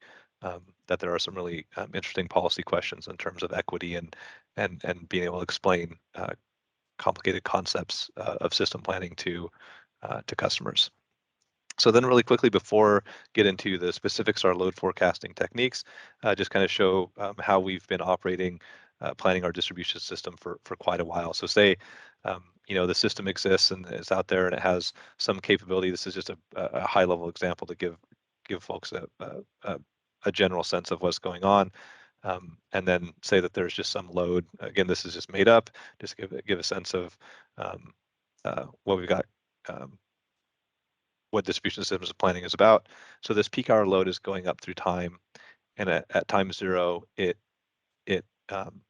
exceeds the capability of the system. At that point, there would be a measured need on the system or a modeled need, and then a project initiated to increase the capability so that during peak hours the system would be sufficient. And in this case, that recognition or modeling is meant to take place at time zero, so that there isn't an anticipated need baked into the process, and that's how we've done it. Have been doing it for quite some time, but now changing to a forward-looking process with a lot of conversations that we've had with stakeholders in our most recent IRPs to move to this in the transition phase to move to this forward-looking process where we're recognizing beforehand when we would expect to be able to, or when we'd expect the load would exceed the system capability. And in that case, there's more opportunity to look at things like, the potential option that we just looked at on the previous graph to increase the capability of the system, but also options that could slow this trajectory to delay or avoid the project. Where at a high level, this option is something that's pretty well understood, and cost estimates are reasonable.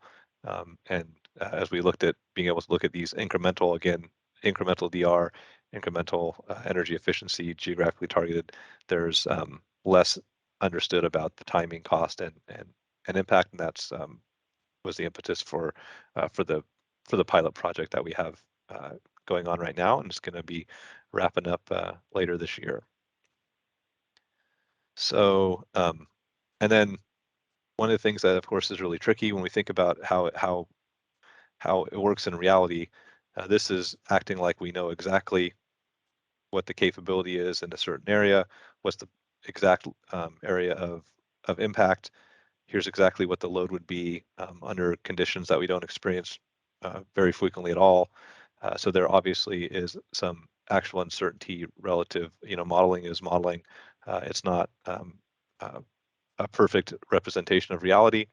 So there is actually some uncertainty, maybe not a whole lot about what the system is capable of.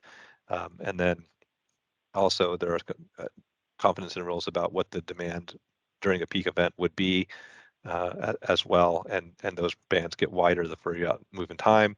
And of course, could get wider the smaller of an area that you're looking at, where one potential customer or like a subdivision could have a really large impact in terms of a shift change or a big change in trajectory, and then trying to come up with the least cost, least risk way to move forward, knowing that there are really strong repercussions to having outages. But want to make sure that try to bake in all of the options that we can. So moving to that forward-looking process is what we're undergoing, and we'll talk about that a little bit more. I think we'll take a break here and then get into how we actually really do forecast this this load is the next step. But we'll take a break for 5 minutes and come back at 10:50, about 10:50. Thank you, everybody.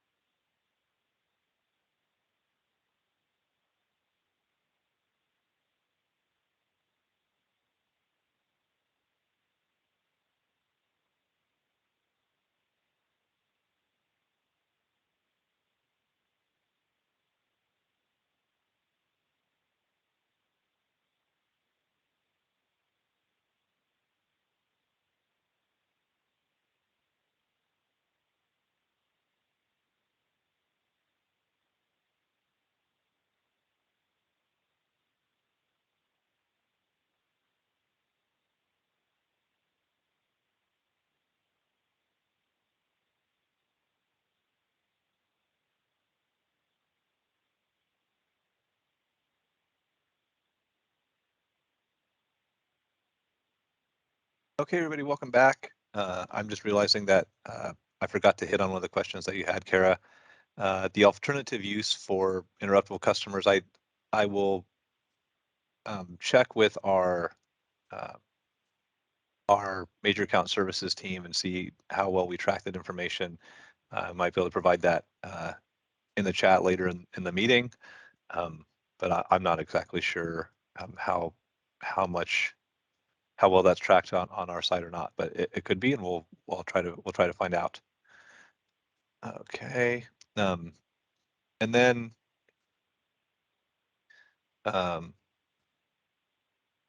in terms of how we forecast our peak hour load, we'll go through that before lunch here, and we'll start with some key highlights before we dive in. We're using the same general methodologies for forecasting load that we discussed in technical working group 2. It's a little bit more involved here. The models are a little bit more complex, but the general idea is the same, and the models are and the drivers are the same ones. It's important to remember that that our peaks are driven by space heating needs. That's true for the peak day, and it's true for the peak hour for the distribution system.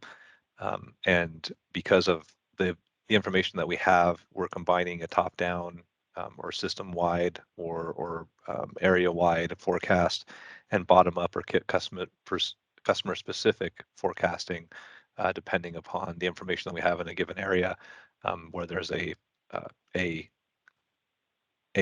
process that we use to make sure that those are calibrated. The bottom-up is calibrated to the top-down at the system level, with the idea that should give a pretty good idea of what the load would be in a smaller area that we need to look at. The top-down methodology is consistent with the 2018 IRP. One of the great improvements that we're putting into place here is that the bottom-up estimates that we used on average for different areas and different types of customers in previous modeling are currently undergoing a process of improvement, and that's been implemented in some areas, including for the Forest Grove area that we're talking about today. That's making a peak estimate, peak hour estimate for each customer on the system specifically, and that is being used and uploaded in the new modeling capabilities that are being implemented on the pressure modeling side. It's an ongoing project and will take some time, but putting into place now, and I'm really excited about that improvement and being able to understand our customers' needs. And oh yeah, this is important to keep in mind. So we assume that DR events are called during peak events. Of course, that's what we have those interruptible customers for, is to be able to call upon those events in case of peak events. So we assume that interruptible loads are 0 in the load forecasting. So we are only showing an estimate of peak firm loads, and this is for those who've been following, of course, like there's the distinction between transportation schedule or non-core loads, and the folks that we buy and sell the gas to deliver to them, and rather than just having like the transportation schedule customers who are not cars and trucks but use our system as their delivery mechanism. Of course, for the distribution system, both of those types of whether it's gas that we're selling or just delivering needs to be accounted for. So transportation schedule loads are included in distribution system planning, but it's only the firm loads, of course, because we do expect, or we would be calling it a demand response event under peak conditions. So this again shows that breakdown. It was just kind of helpful to ground ourselves in. When we talk about distribution system planning, that this technical working group, separate from or supplemental to the system capacity resource planning that we've talked about in previous meetings, and we'll talk about some more at the next one. We're looking here at, we include firm sales load and firm transport load. And just a reminder that roughly a third of the gas in a given year we have that's delivered by our system is from a transportation customer or non-core customer who is purchasing their gas from another party and having it delivered on our system. And roughly 2/3 are sales customers. The vast majority of sales customers are firm customers, that like our residential and small commercial customers, but there are some interruptible sales customers as well. And that's important to keep in mind as we go along here. And the peak hour forecast methodology uses the same methodology as our peak day. So it's using historical data and statistical analysis, and we estimate the relationship between firm load, including transport customers, and its drivers, primarily weather, in a given location. And the real thing that we're trying to answer with this forecast is what load would be expected under peak planning weather conditions if those conditions were experienced today, and what load would we expect for each year for 10 years under those same peak planning conditions. So, say that it's determined that a peak planning condition is 10 degrees with wind of 5 miles per hour. Again, it depends upon where on the system we're looking at. Then what load would we expect now, and kind of take a look at if there is if growth continues along current trajectories, or if we're working in the potential for some new customer or something, what the loads might be inclusive of that incremental load. So we showed this this broader process as part of the load forecasting workshop that we had earlier in this process, but specific to a peak hour or peak day event. We're using the hourly system load model here, and it's important to keep in mind that we at a system level, we're considering customer growth, and we're working in energy efficiency and demand response into the forecast. And again, a quick reminder that we are planning for, we're using a planning standard that we discussed in the second technical working group too, but it's really important to keep in mind that what we're looking at here, for example, is a 40-year period for Eugene. Eugene had a really cold day in 2013 and another one in 2014. And if you look at the temperature, the average temperature for that day, it was much colder than all of the 39 years prior. So it's not just about meeting these loads, but recognizing, okay, it could be as cold as 4 degrees here, or now the new normal for on the cooling side for Portland, it can be 116 degrees, whatever. What load would we expect under those pretty extreme conditions? So our peak planning standards, and then with the customer for the peak hour forecasting information, we use two sources of data. For the bottom-up customer-specific forecast, we're using billing meters or customer information system information. So it's customer specific, and we have at least monthly information. Some customers we have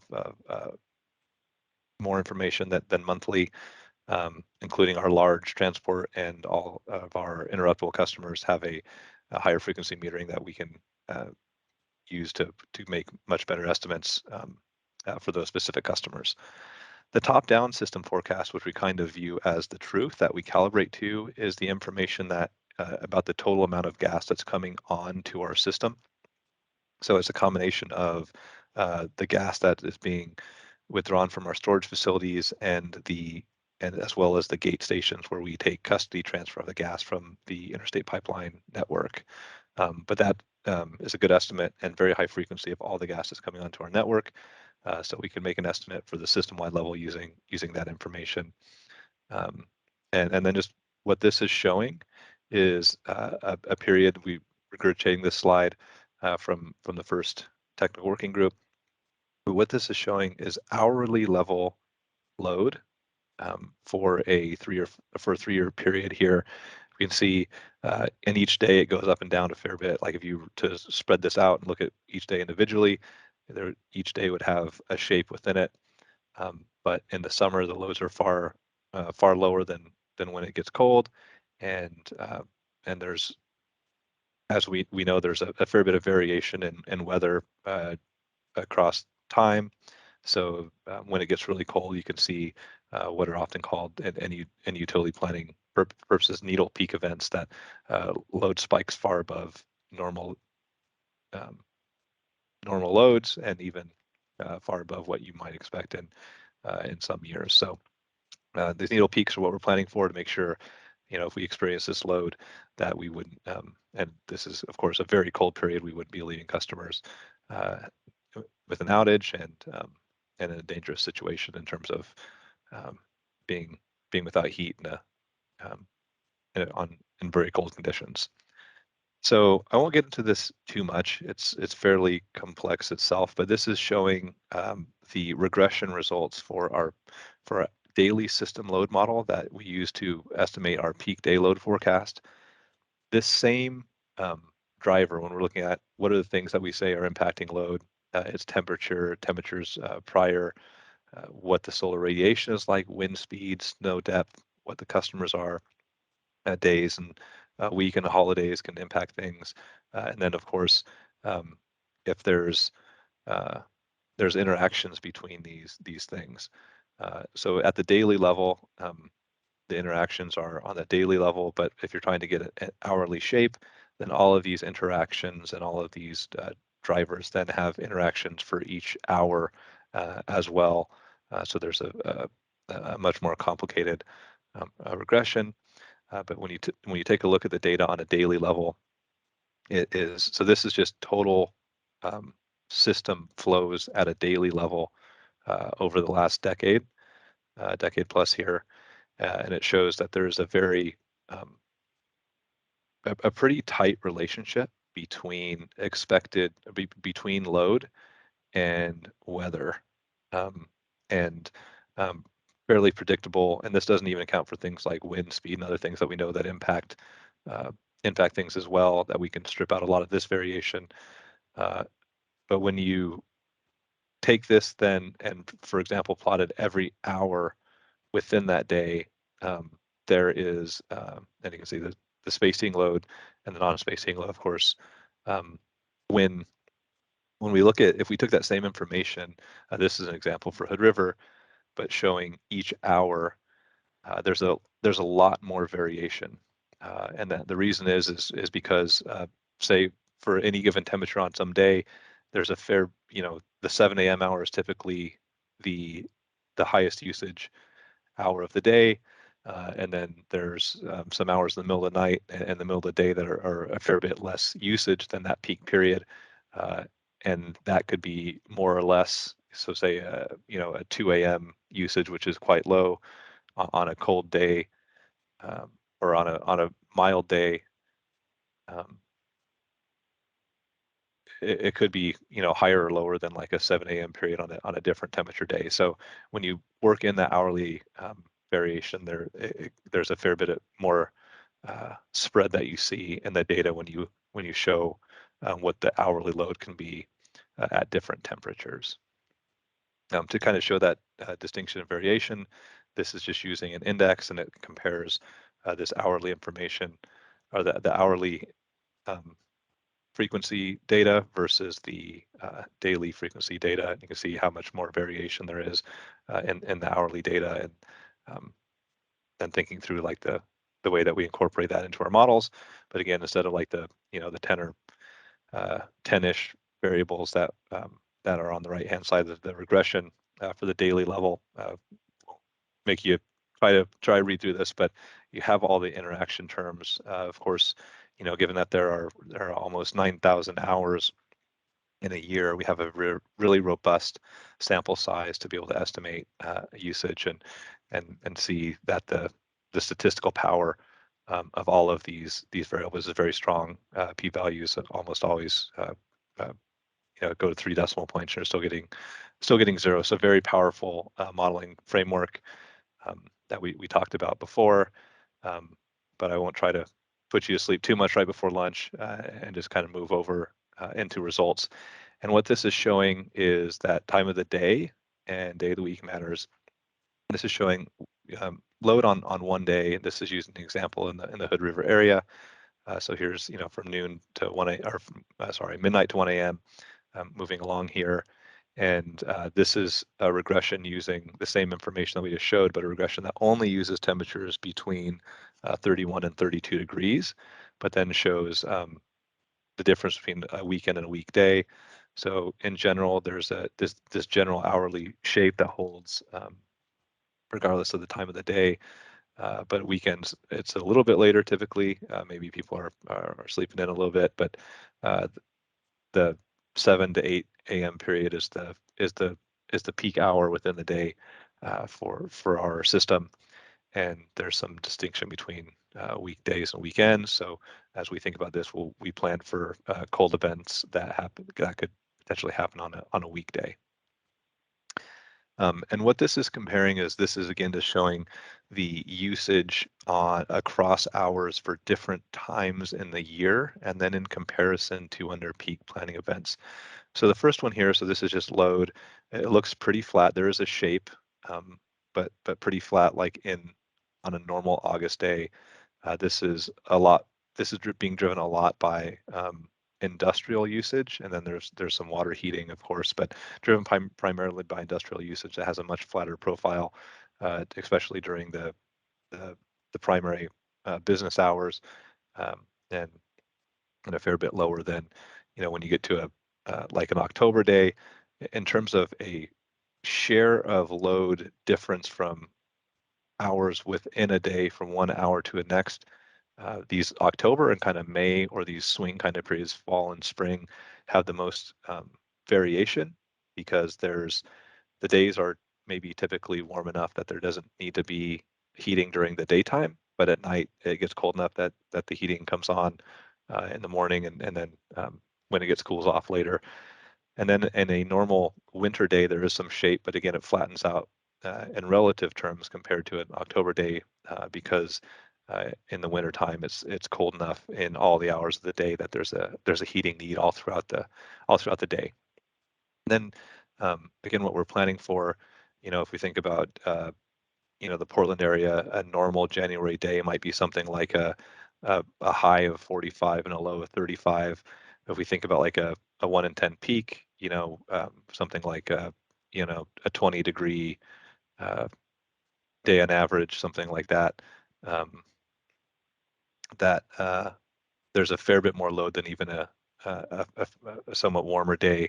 And if you think about that, if we're all kind of, say, for example, heating our homes to 68 degrees, 48 to 68 is 20 degrees. And if you just think about, okay, well, if you're going from 28 to 68, then it's twice as much kind of heat loss need. So it's not surprising that like these peak days are more than double what you expect in even a normal winter day. And then if it got really cold, thinking kind of like what we saw showing that Eugene graph, single digit kind of temperatures, it can be way larger than even a normal winter day. Could teams help me out a little bit? There's an interesting stat for folks this year is likely to be the coldest April in the last 50 years if the forecast holds over the last week here. So for those of you thinking it's been pretty chilly the last few weeks, you are not mistaken. But yeah, big difference between peak planning and kind of normal conditions, and there is shapes throughout the out the day. But our morning burn is our peak period, usually about 7 a.m. Okay, Kathy, you have a question? Yeah, when you're talking about your 1 in 10, 1 in 100 peaks, 1 in 30 peaks, is that assuming that all the interruptible ones have already been cut off? Yep. So that's a great question. We do. So in these At normal what ones, point, which of these curves would show that? That's a great question. I have showed it in the two 1 in 10 and 1 in 30 peaks. There might not be a need in a 1 in 10 peak to interrupt all of our interruptible customers potentially, but definitely like we're planning for a 1 in 30 peak. That kind of is a peak planning event. So in that case, we would expect every single interruptible customer to be interrupted. But it gets a little bit tricky. There is some potential geographic variation sometimes in need to interrupt, where some areas could be a little bit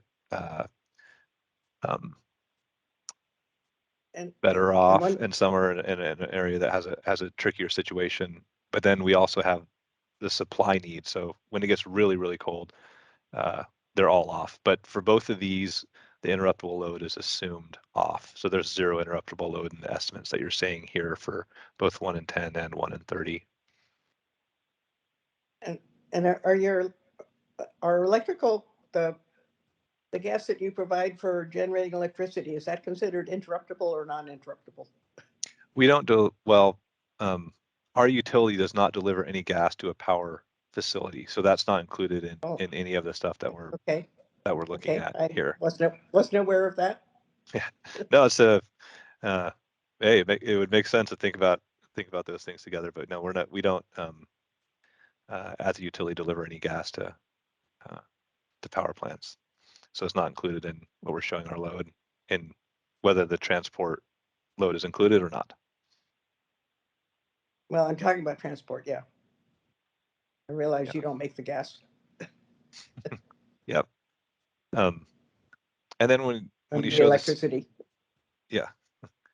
And then that's a great question. It's a great lead in. It was not a plant, but yeah, this does not include the interruptible load. So what we're planning for is just the firm loads, which are here shown in orange. And then we're planning for, okay, here's that peak. This is the input number. The number that's. I didn't peek question, ahead. Kathy? No problem. I didn't peek ahead. That was a great question. So we're planning for this peak hour number, or to make sure that the system is sufficient to meet all those times. And just to keep it put in perspective, it could be helpful to think about this is the total amount. What's really driving the peak is the sales load. So here's the firm deliveries interruptible. So here's all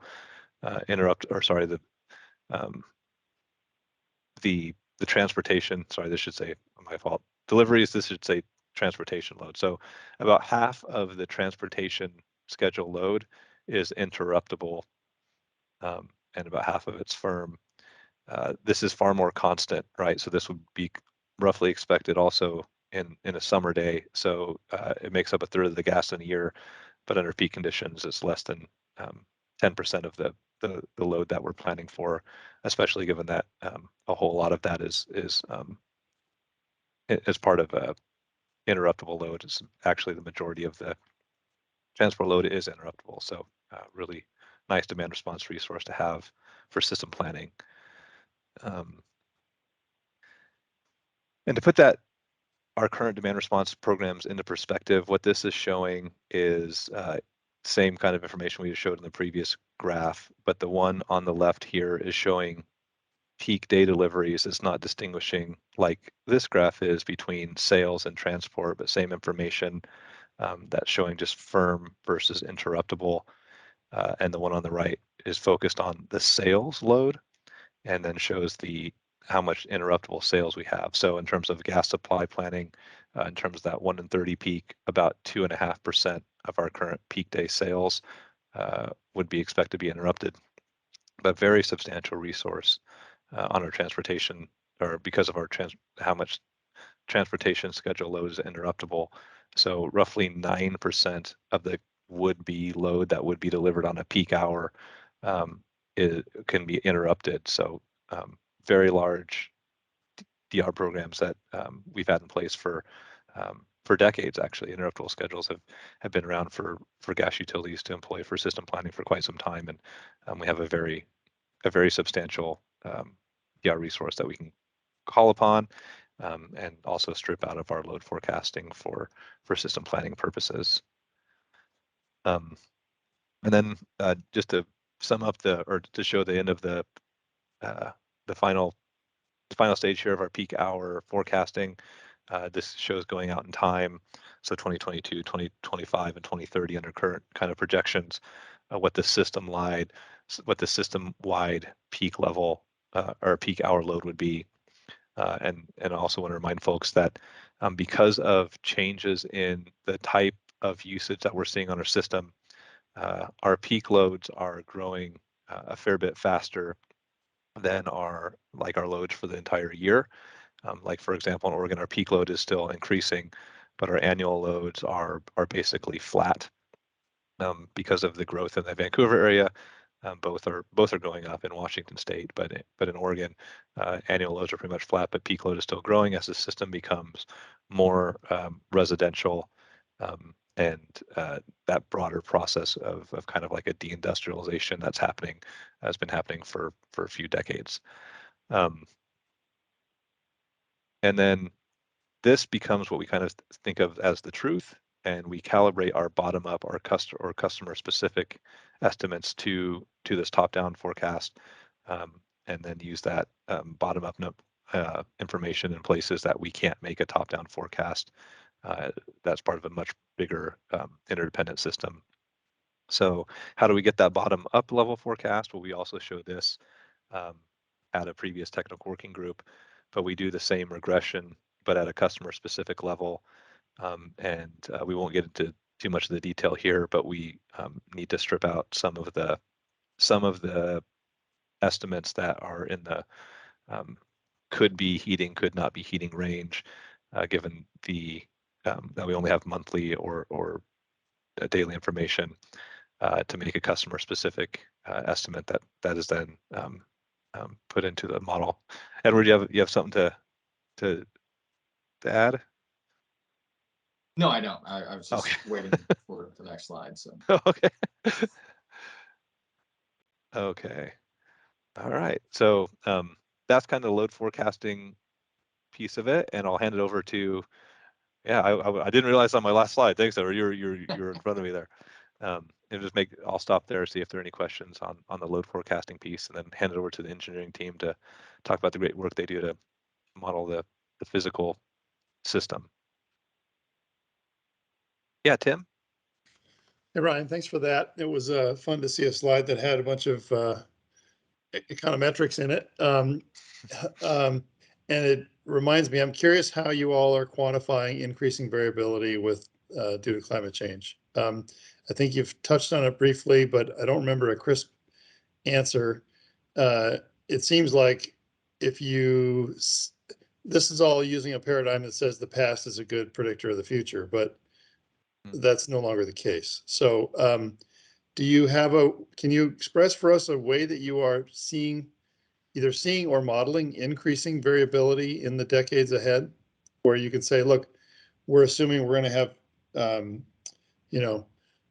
1.5 times as many peaks, or peaks are going to be 1.5 times as long, or how would you characterize the increasing variability, and what does that do to the investment costs that we should be expecting as you do distribution system planning?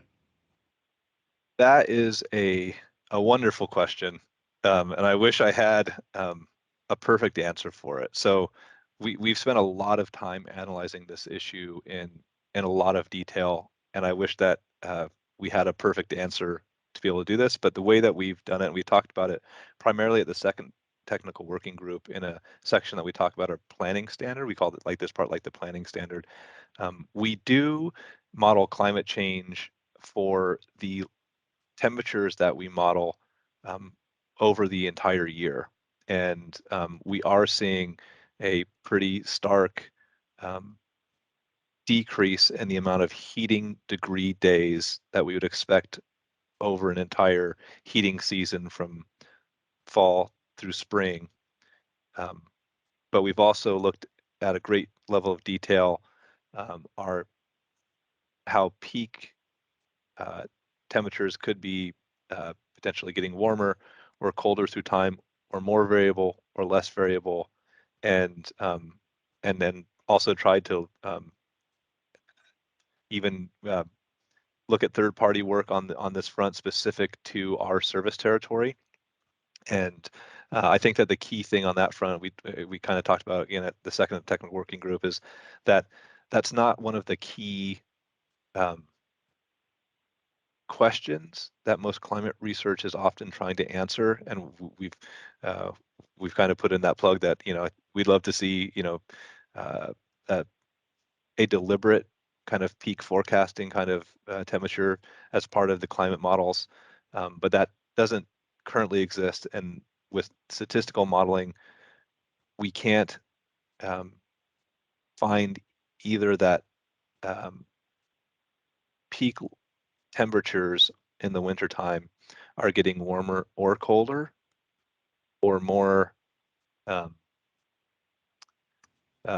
volatile or less volatile. Now, that's pretty easy to prove for summer temperatures. But for what we're planning for, we are using a methodology that we've shown. Again, we plan for climate change at the summer at the annual level, and the amount of HDDs that we expect in any given year going through time goes down a fair bit. We do expect a fair bit of variation around that we need to plan for within any given year. That's different than saying the weather from year to year can be different, but the trend is warmer through time. I know it's long-winded, but relative to peak loads, the peak temperature that we're planning for, we are treating the history as a good indicator of the future at the current time, because we can't find evidence specific to the Northwest, specific to peak temperatures, that would suggest that we should be making a change.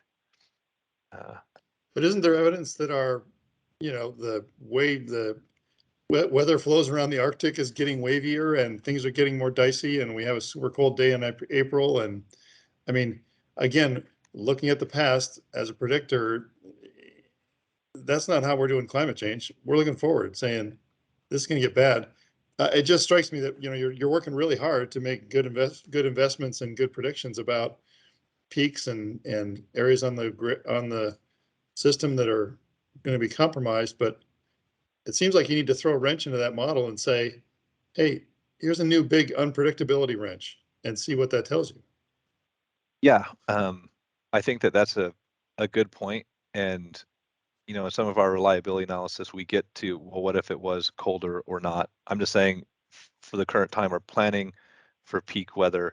And I would say that there's a fair bit of variability in the stakeholder feedback that we get on this issue. And it's one of the things that has been discussed in lots of detail in rounds of comments and pretty formal comments as well through time, that we've discussed our planning standard and why we take the approach that we do. So it is something that has been discussed, and the commission has kind of weighed in on, and others have weighed in through time. But we have seen it become, it can get colder than we've ever seen in some places.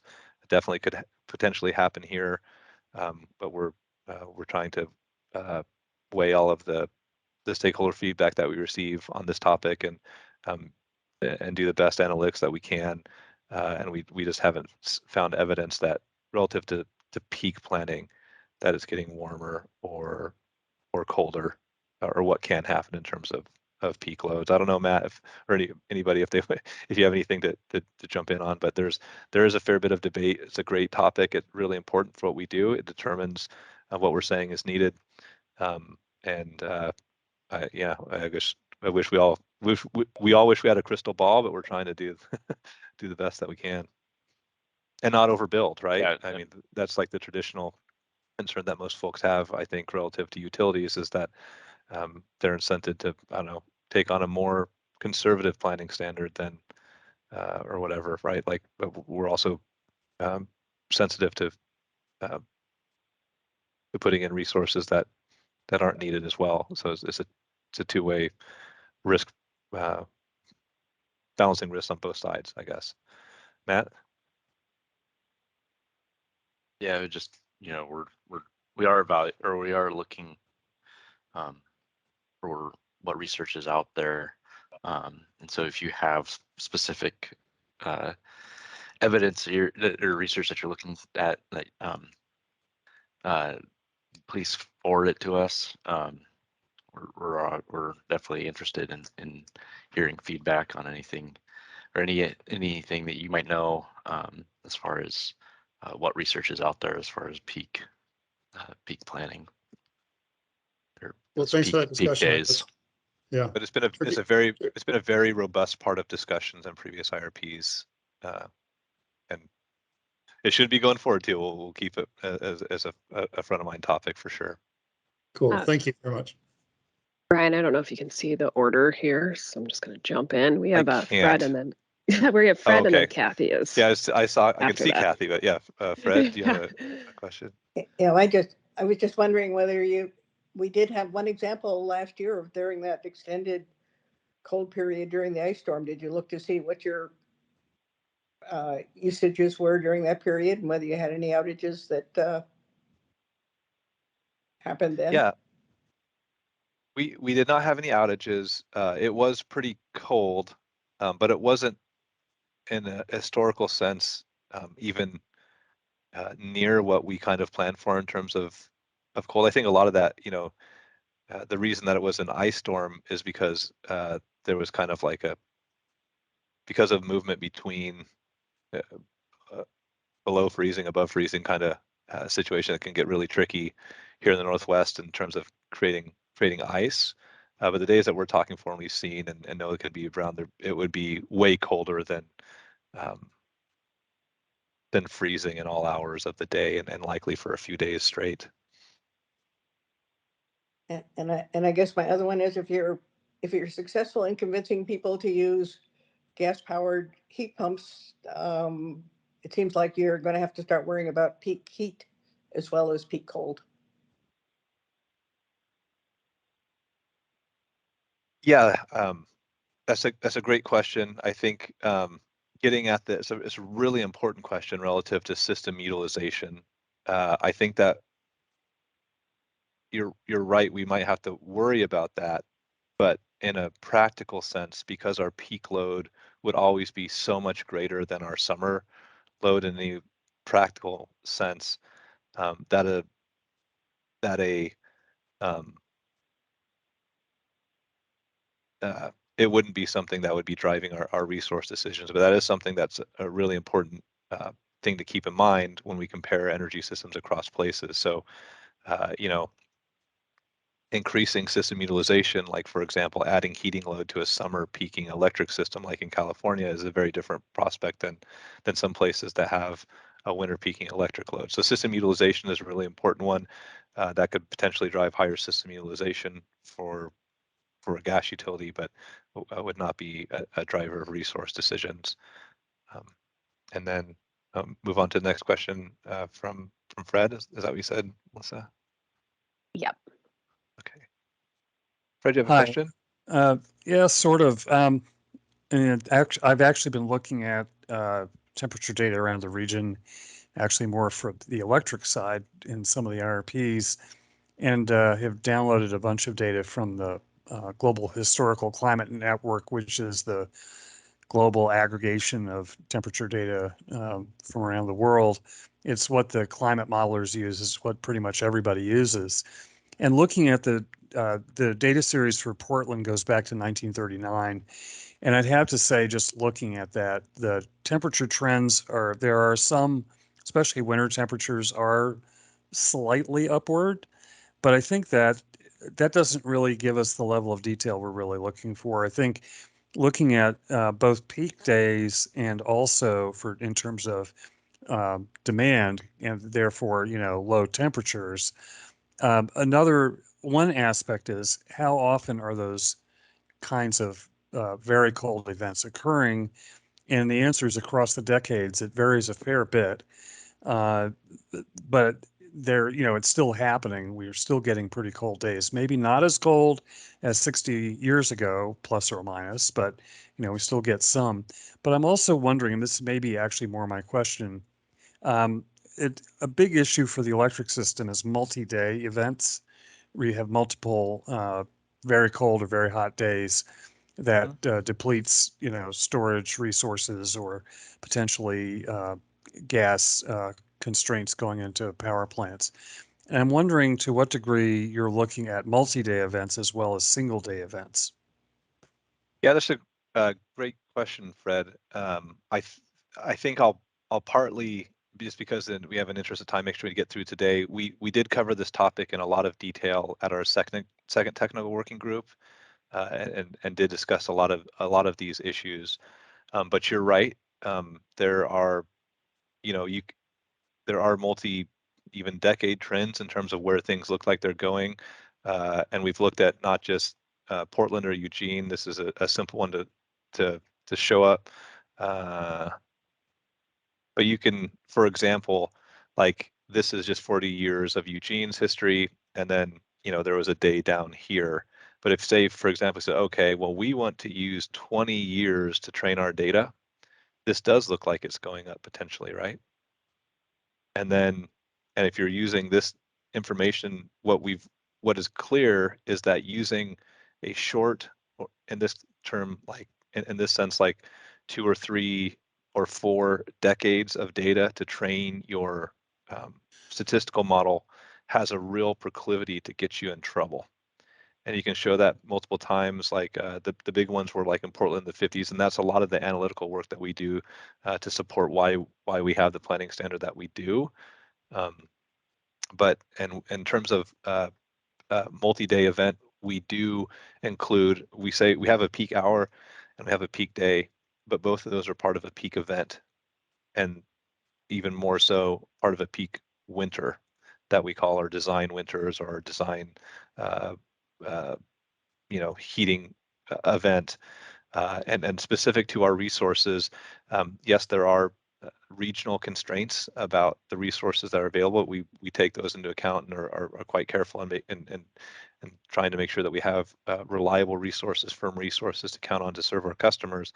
But one of the values that we have is we have a very storage heavy system that we can draw upon and make it through multi-day cold events.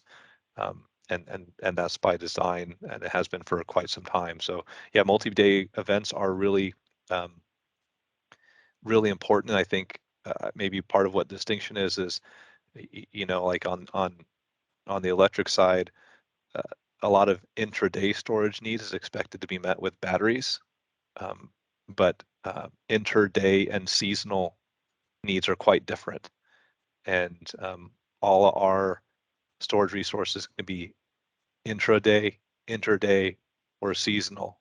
So they're very flexible in that way, and we can make it through tough winters, tough events, and tough days and hours. And that's a really important part of what we do. It's a great question, and appreciate found a similar things as you, and we'd love to have you take a look at what we do, and we use the same models actually to train our forecasting for the future. We don't do that in house. We aggregate the best climate models that are out there for the region to make those estimates for the non-peak information. Yeah, thanks for that. I'll go back and look at the previous slide decks again. I had to miss a couple of those meetings. Just one more thought, which is thinking ahead and considering climate change. A couple of things, and on the electric side, as you probably know, the Northwest Power Council has looked very deeply into using, and in fact now using a climate adjusted baseline going forward, using 3 of the global climate models, kind of selected to be relatively representative of the overall modeling effort to, and given the difficulties, have done some pretty interesting work to use downscaling to look at the regional level trends, which is not easy to do because the global models don't have that much resolution at the regional level. But nonetheless, what's emerging from that is a picture that, in addition to changing precipitation patterns in the winter, shows on the temperature side, shows higher winter temperatures, much higher summer temperatures going forward, gradually, but with a lot of variation. But going forward, that's likely where we're going. But still, in the winter record in some of the climate modeling, you still get occasional periods where the low temperatures are actually lower than in the historical record.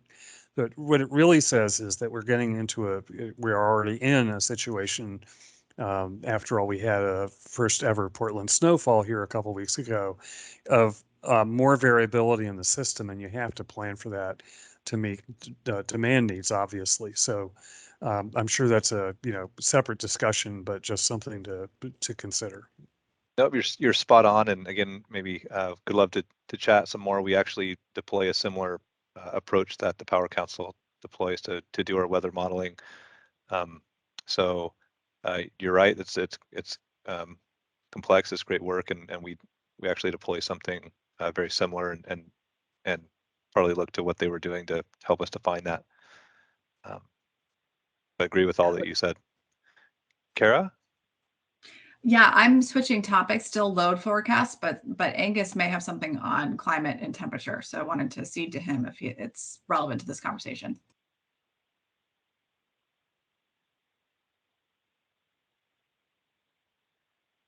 Guess not. There, I'll go there I ahead. am. Sorry, I was on mute, respectfully, and I think this question is appropriate to Ryan, to what you're discussing here right now.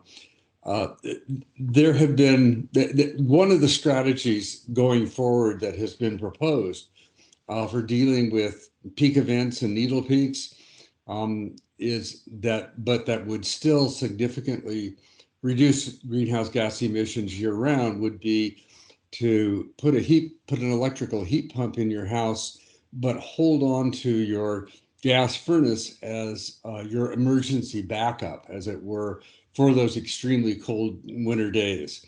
But that would also enable the homeowner or the business owner to have cooling in the summer to deal with the extremely hot days.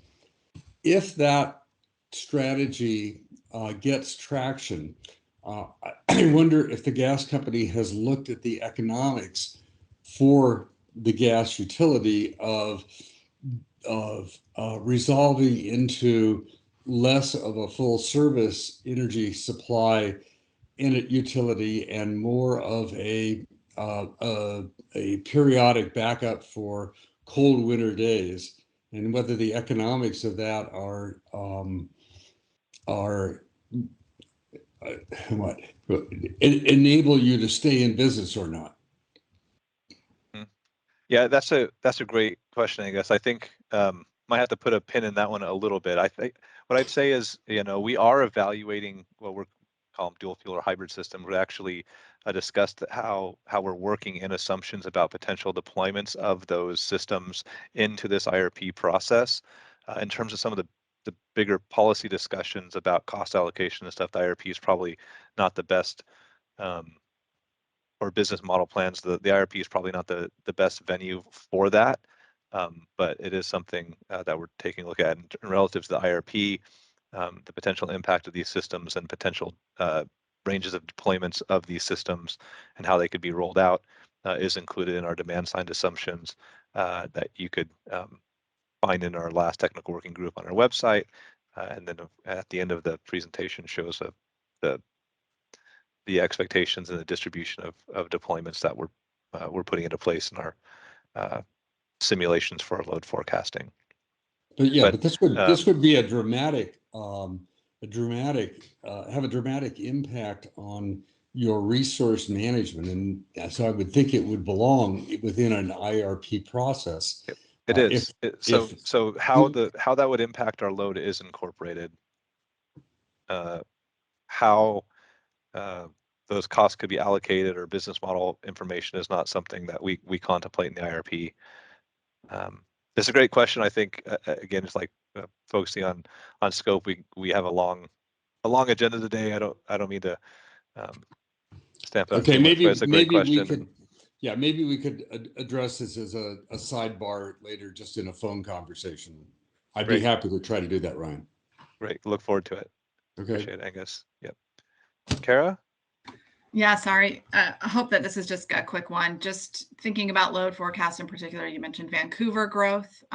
Wondering how much of that growth is anticipated to be commercial multifamily versus single family, given the Washington State Building Code Council's vote on Friday to electrify, to change the building code in effect as of July next year.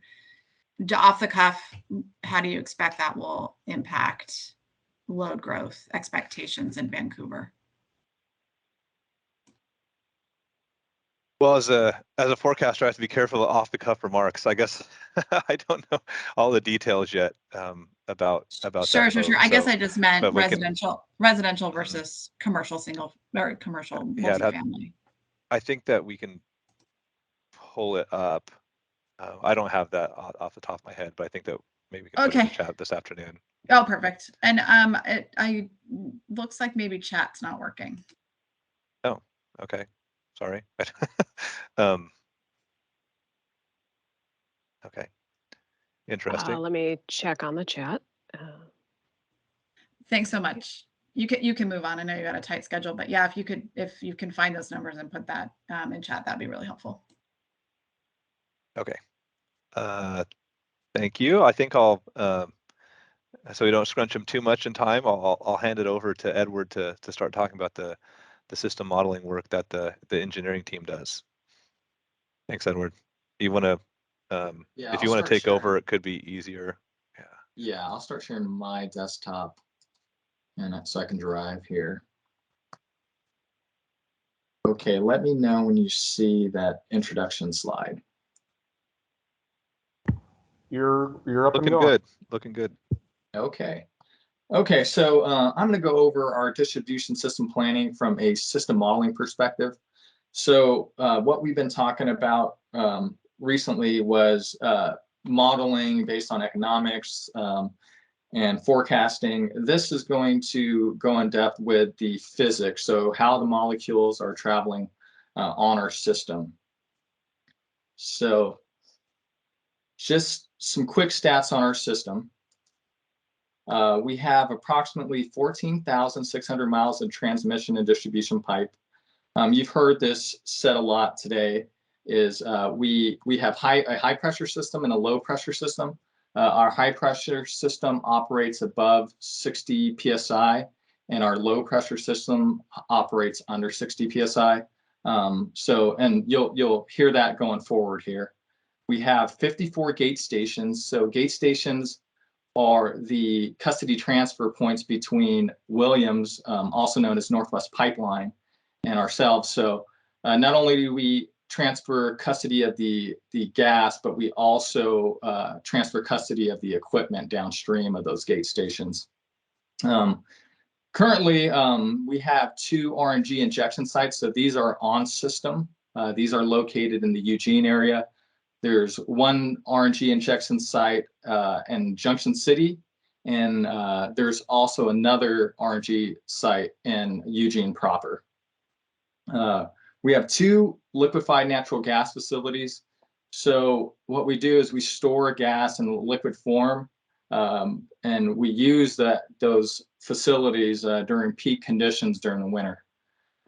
We also have on-system storage. So our MISS underground storage is south of Claskenai. But we use that for the summer for injecting into the storage. And during our winter months, we use that as a peak shaver to supply gas to our customers. We have approximately 10,030 district regulators. And what district regulators do is they take a higher pressure and they reduce that pressure to a lower pressure. Generally speaking, the higher the pressure of the pipeline, the more capacity it has. But what you'll see here and in some of these future slides is that we use district regulators to really just lower the pressure so we can deliver gas safely to customers.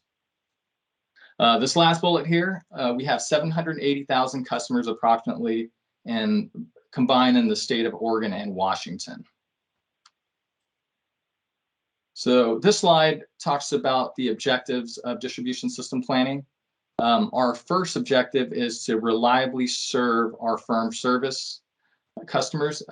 As Ryan alluded to earlier, we have both firm transportation and firm sales customers. So on our pipeline network, we are trying to reliably serve these customers. Specifically, the point of emphasis is during the winter months on a peak condition. So basically extreme condition, and we address this on an hourly basis. So again, the objective is to serve our firm customers. We also address distribution system needs related to localized customer demand or growth. As a planner, I will get requests from customers, industrial customer subdivision customers, to see if we can reliably serve them. If we can't, we provide a solution, so typically a system and reinforcement to be able to serve these customers, and they'll be provided with a cost of how much that would cost. So that's another task for us. And finally, this last bullet is we try to provide cost-effective alternatives. So this could be in a form of a pipeline alternative to the customer, or we can provide interruptible service if we can't serve them on the existing system. So this diagram was provided earlier, and Ryan already went over the strategic planning portion, which is the top part of the swim chart. And the next part of this presentation will be going over the system modeling portion. So I'll be going over this section, and also engineering will be going over the reinforcement standards. So those three polygons in that last slide, we had system modeling, distribution system load forecast, and system reinforcement standards. Those all work together to address a need. And that need from a distribution planning perspective is to address low pressures on our system, because low pressures, we need adequate pressures to reliably serve customers. And so we identify the need, which is addressing those low pressures. So system modeling is what I do. It allows system planners to effectively visualize a system and identify system issues. And I'll be going over the modeling software that we use to find these issues on our system. What Ryan covered earlier in the presentation is the load forecasting part. And later in the day, Andy Fortier, my manager, will be going over the system reinforcement standards. So we apply a criteria consistently to identify these weaknesses on our system. So this is the modeling software we use. It's called Synergy Gas. It's developed by a company called DNV. And what Synergy Gas does is it models the hydraulics of a system. It's an industry standard, and it's used across the natural gas supply chain. So from the wellhead to the burner tip, that is modeled. But we, as in Northwest Natural, we only model from the gate stations downstream. So we don't know what's happening at the production wells, and we don't know how much capacity the interstate pipeline has. So we don't have that information. We just model our specific system. So, and things that we have integrated in these models are pipes, regulators, valves, storage fields, and our LNG facilities. So there's three main components of these models. There's a supply. So those are your gate stations or our storage assets. We also have a pipeline network, and then we have a consumer. So that's the demand. And how this works is the supply equals demand, and how we get the supply to the demanders is the pipeline network. So these are the three major components of the Synergy modeling software. And the data inputs, it's pretty extensive. Ryan mentioned SCADA for his data earlier. We use SCADA as well, but we get the pressures for those SCADA sites, and we also get the flow. So that would be gate stations, our storage facilities, and also the RNG facilities that we have on our system. And the next part is the pipeline network. So what we do is we import from our GIS system the network topology of our system. So this would include things like pipe size, length, even the materials, because materials make a difference in hydraulics. Plastic materials have a lower roughness, meaning there's less frictional losses on plastic materials, and then we also have steel. So we're able to pull those attributes from our GIS system. Another thing we use from our GIS system is the customer location. So we were able to extrapolate that data from the GIS system and import them into our Synergy models. We use field as-built information. Sometimes the GIS system doesn't have the granularity we need in terms of building these systems specifically for our stations, gate stations or regulator stations. We'll pull field as-builts that will have more details on that station, and we'll recreate that station in our synergy models. And also, one thing we import in for the network is the operating parameters. So we have regulator set points. So each one of those regulators have a set point where it delivers gas at a constant pressure, and that's the set point of the regulator. We also need to know the valve status, because if there's two pipes connected together and they are separated with a closed valve, the hydraulics wouldn't replicate what's out in the field if that valve isn't put in our network, our synergy model. So we want to replicate how the system is configured in the field. These last two things I'll come back to, cold weather pressure survey and electronic pressure or portable pressure recorders, because they kind of deal with all three of these components. So I'll come back to that. The demands, so we have really three primary sources for demands. Our largest customer demands, say our largest 20 or 30, we have SCADA data. So this is 2-minute intervals. We can see what the flows are for customers, so we can look at what they're doing during the, say, summer months versus the winter months, if their loads are changing at all. So that's pretty important, and we can export this data and do some statistics on it on our side. Next thing we have are large customer demands. So we have an industrial billing system that has about 500 customers, and these are typically that next tier, so not the highest usage customer, but just under that. So we have about 500 customers where we have this data in, and that gives us data in hourly. Lastly, for residential and commercial demands, we use billing data. So these are typically based on your read cycles, which is how often a meter gets read. And this data is provided in monthly, typically monthly. It depends on when the start and end of the read date is. And so we'll use that to forecast our residential and commercial demands on our synergy model. Going back to the cold weather pressure surveys and electronic portable pressure recorders, during very cold events, we will call a cold weather pressure survey.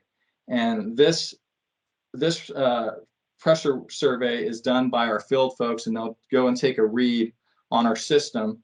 And we can get that read, it's a pressure read. We can get that pressure read to determine if our synergy models are modeling appropriately within a reasonable accuracy. So if we get a weather pressure survey and we get that data and it's showing that the pressures are lower than what we would expect in our model, we know there's an issue. And that issue could be either the supply, the pipeline network, or demand, but it's a feedback loop for us to calibrate our models to mimic what's really happening out in the field. And finally, what we've been using lately in the past 2.5 years are electronic portable pressure recorders. These are just, think about it's almost like just a little box that records pressure and temperature. And unlike SCADA, which needs power and it needs 2-minute intervals, these electronic portable pressure recorders, they are battery operated, so we can site these devices anywhere on our network. And if there is a system reinforcement or some type of demand side alternative, we can realize the benefits because we'll have that pressure and we can see the before and after. Additionally, we can repurpose that. So if an area has been fixed or the pressure issues have been resolved, we can take that electronic portable pressure recorder and repurpose it and put that at a new location. So that goes over some of the data inputs in our synergy modeling. This is the graphical interface of our synergy model. One thing you can see here is the complexity of the model. Gas networks, they're complex. There's interconnectivity. In this system, this is the Portland system, we have mist storage facility up here to the north, and that is interconnected all the way towards the east side of Portland. And one thing Synergy allows us to do is there's a cause and effect. So if something happens to, say we have lower withdrawal rates at our mist storage facility, that will trickle down through the system and we'll see the cause and effect. So this is something, these type of calculations are rigorous. You can't do them by hand. So that's why we need this modeling software. Edward, do you have a question? Sure. Fred. Hi, Fred. Yeah, you don't need to go back. On the previous slide, you talked about the cold weather pressure survey. Mm-hmm. Kind of curious, you've got a lot of metering coming in from SCADA and the other kinds of measurements. I'm just curious, is that how does that get deployed? Do you have concerns or trouble spots and send people to go look at that, or do you do a more of a sampling approach? And basically, I'm just not clear about the purpose of it and what kind of data gaps you're trying to fill with that. Yeah. Good question. So we do have known issues, and we just don't have instrumentation at all these points. For example, if there is no cell service at a location, or we don't have power to put SCADA, we'll send folks out there, and it's a real rudimentary process. Is they'll go with a pressure gauge and they'll connect on the system, some part of the system, and they'll read it. And it's known locations. It's just because cost effectiveness wise, we don't want to put SCADA everywhere because it would be more costly, or we only have a finite number of these electronic portable pressure recorders. We have about 15. And the frequency that we do these cold pressure surveys is maybe once a year, if even that. So it doesn't happen very often. We're not going to send a crew out when a warm winter day, because that data wouldn't really provide any kind of benefits. Okay, yeah, that makes sense. It's kind of a manual backup when you're right. for isolated periods when you really need it. Right. And it's just they are planned before time. I think we have like 90 sites, and some years we won't even do a cold pressure weather survey. Last winter season we didn't because the weather was pretty mild. So it's really just a way for us to obtain data without spending resources. And one more question, I hadn't really thought about this, but you mentioned SCADA requires electric power. So in cases like the ice storm last year, does that really pose a serious operational problem, or what kinds of mitigation do you do for those? Inevitably we're going to see distribution outages on any power grid. So kind of curious what your approach is to that.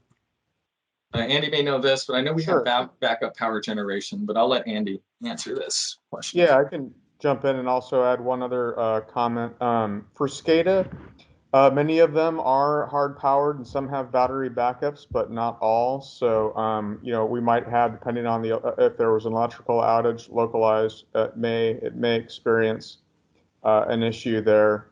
But again, if you think about, like, say, the ice storm that we had, last year, and what that was doing to the electrical system versus the gas system, as we already talked about. Yes, I think we did have some outages in SCADA, but I mean, from a practical standpoint, as far as like capturing the cold weather data, because it wasn't as cold of a day, it was, not that it wasn't interesting and not that it didn't cause us other operational issues, but it didn't necessarily juxtapose or line up at the same time, coincidentally. And then another thing to add, just we'll hit on this a couple more times. I think it's really important to understand.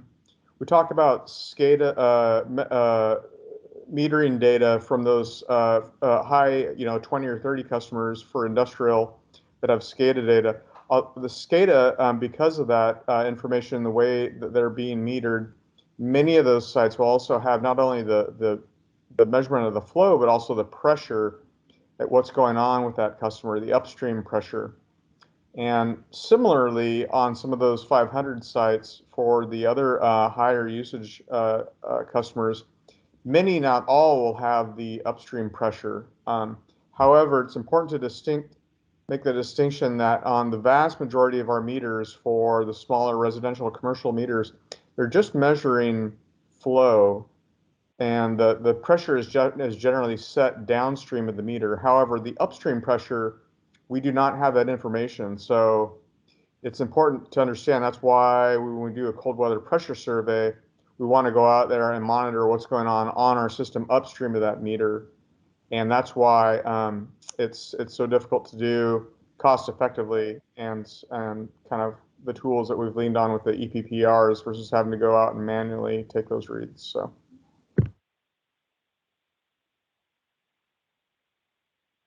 Okay.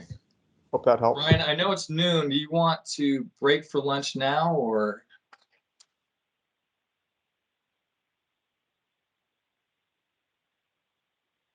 No, let's go ahead and roll for a little while. Okay.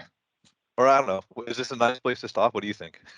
Yeah, I think it is because I start talking about the modeling information, and there's some good continuity from this point forward. Okay. Well, let us break for lunch then.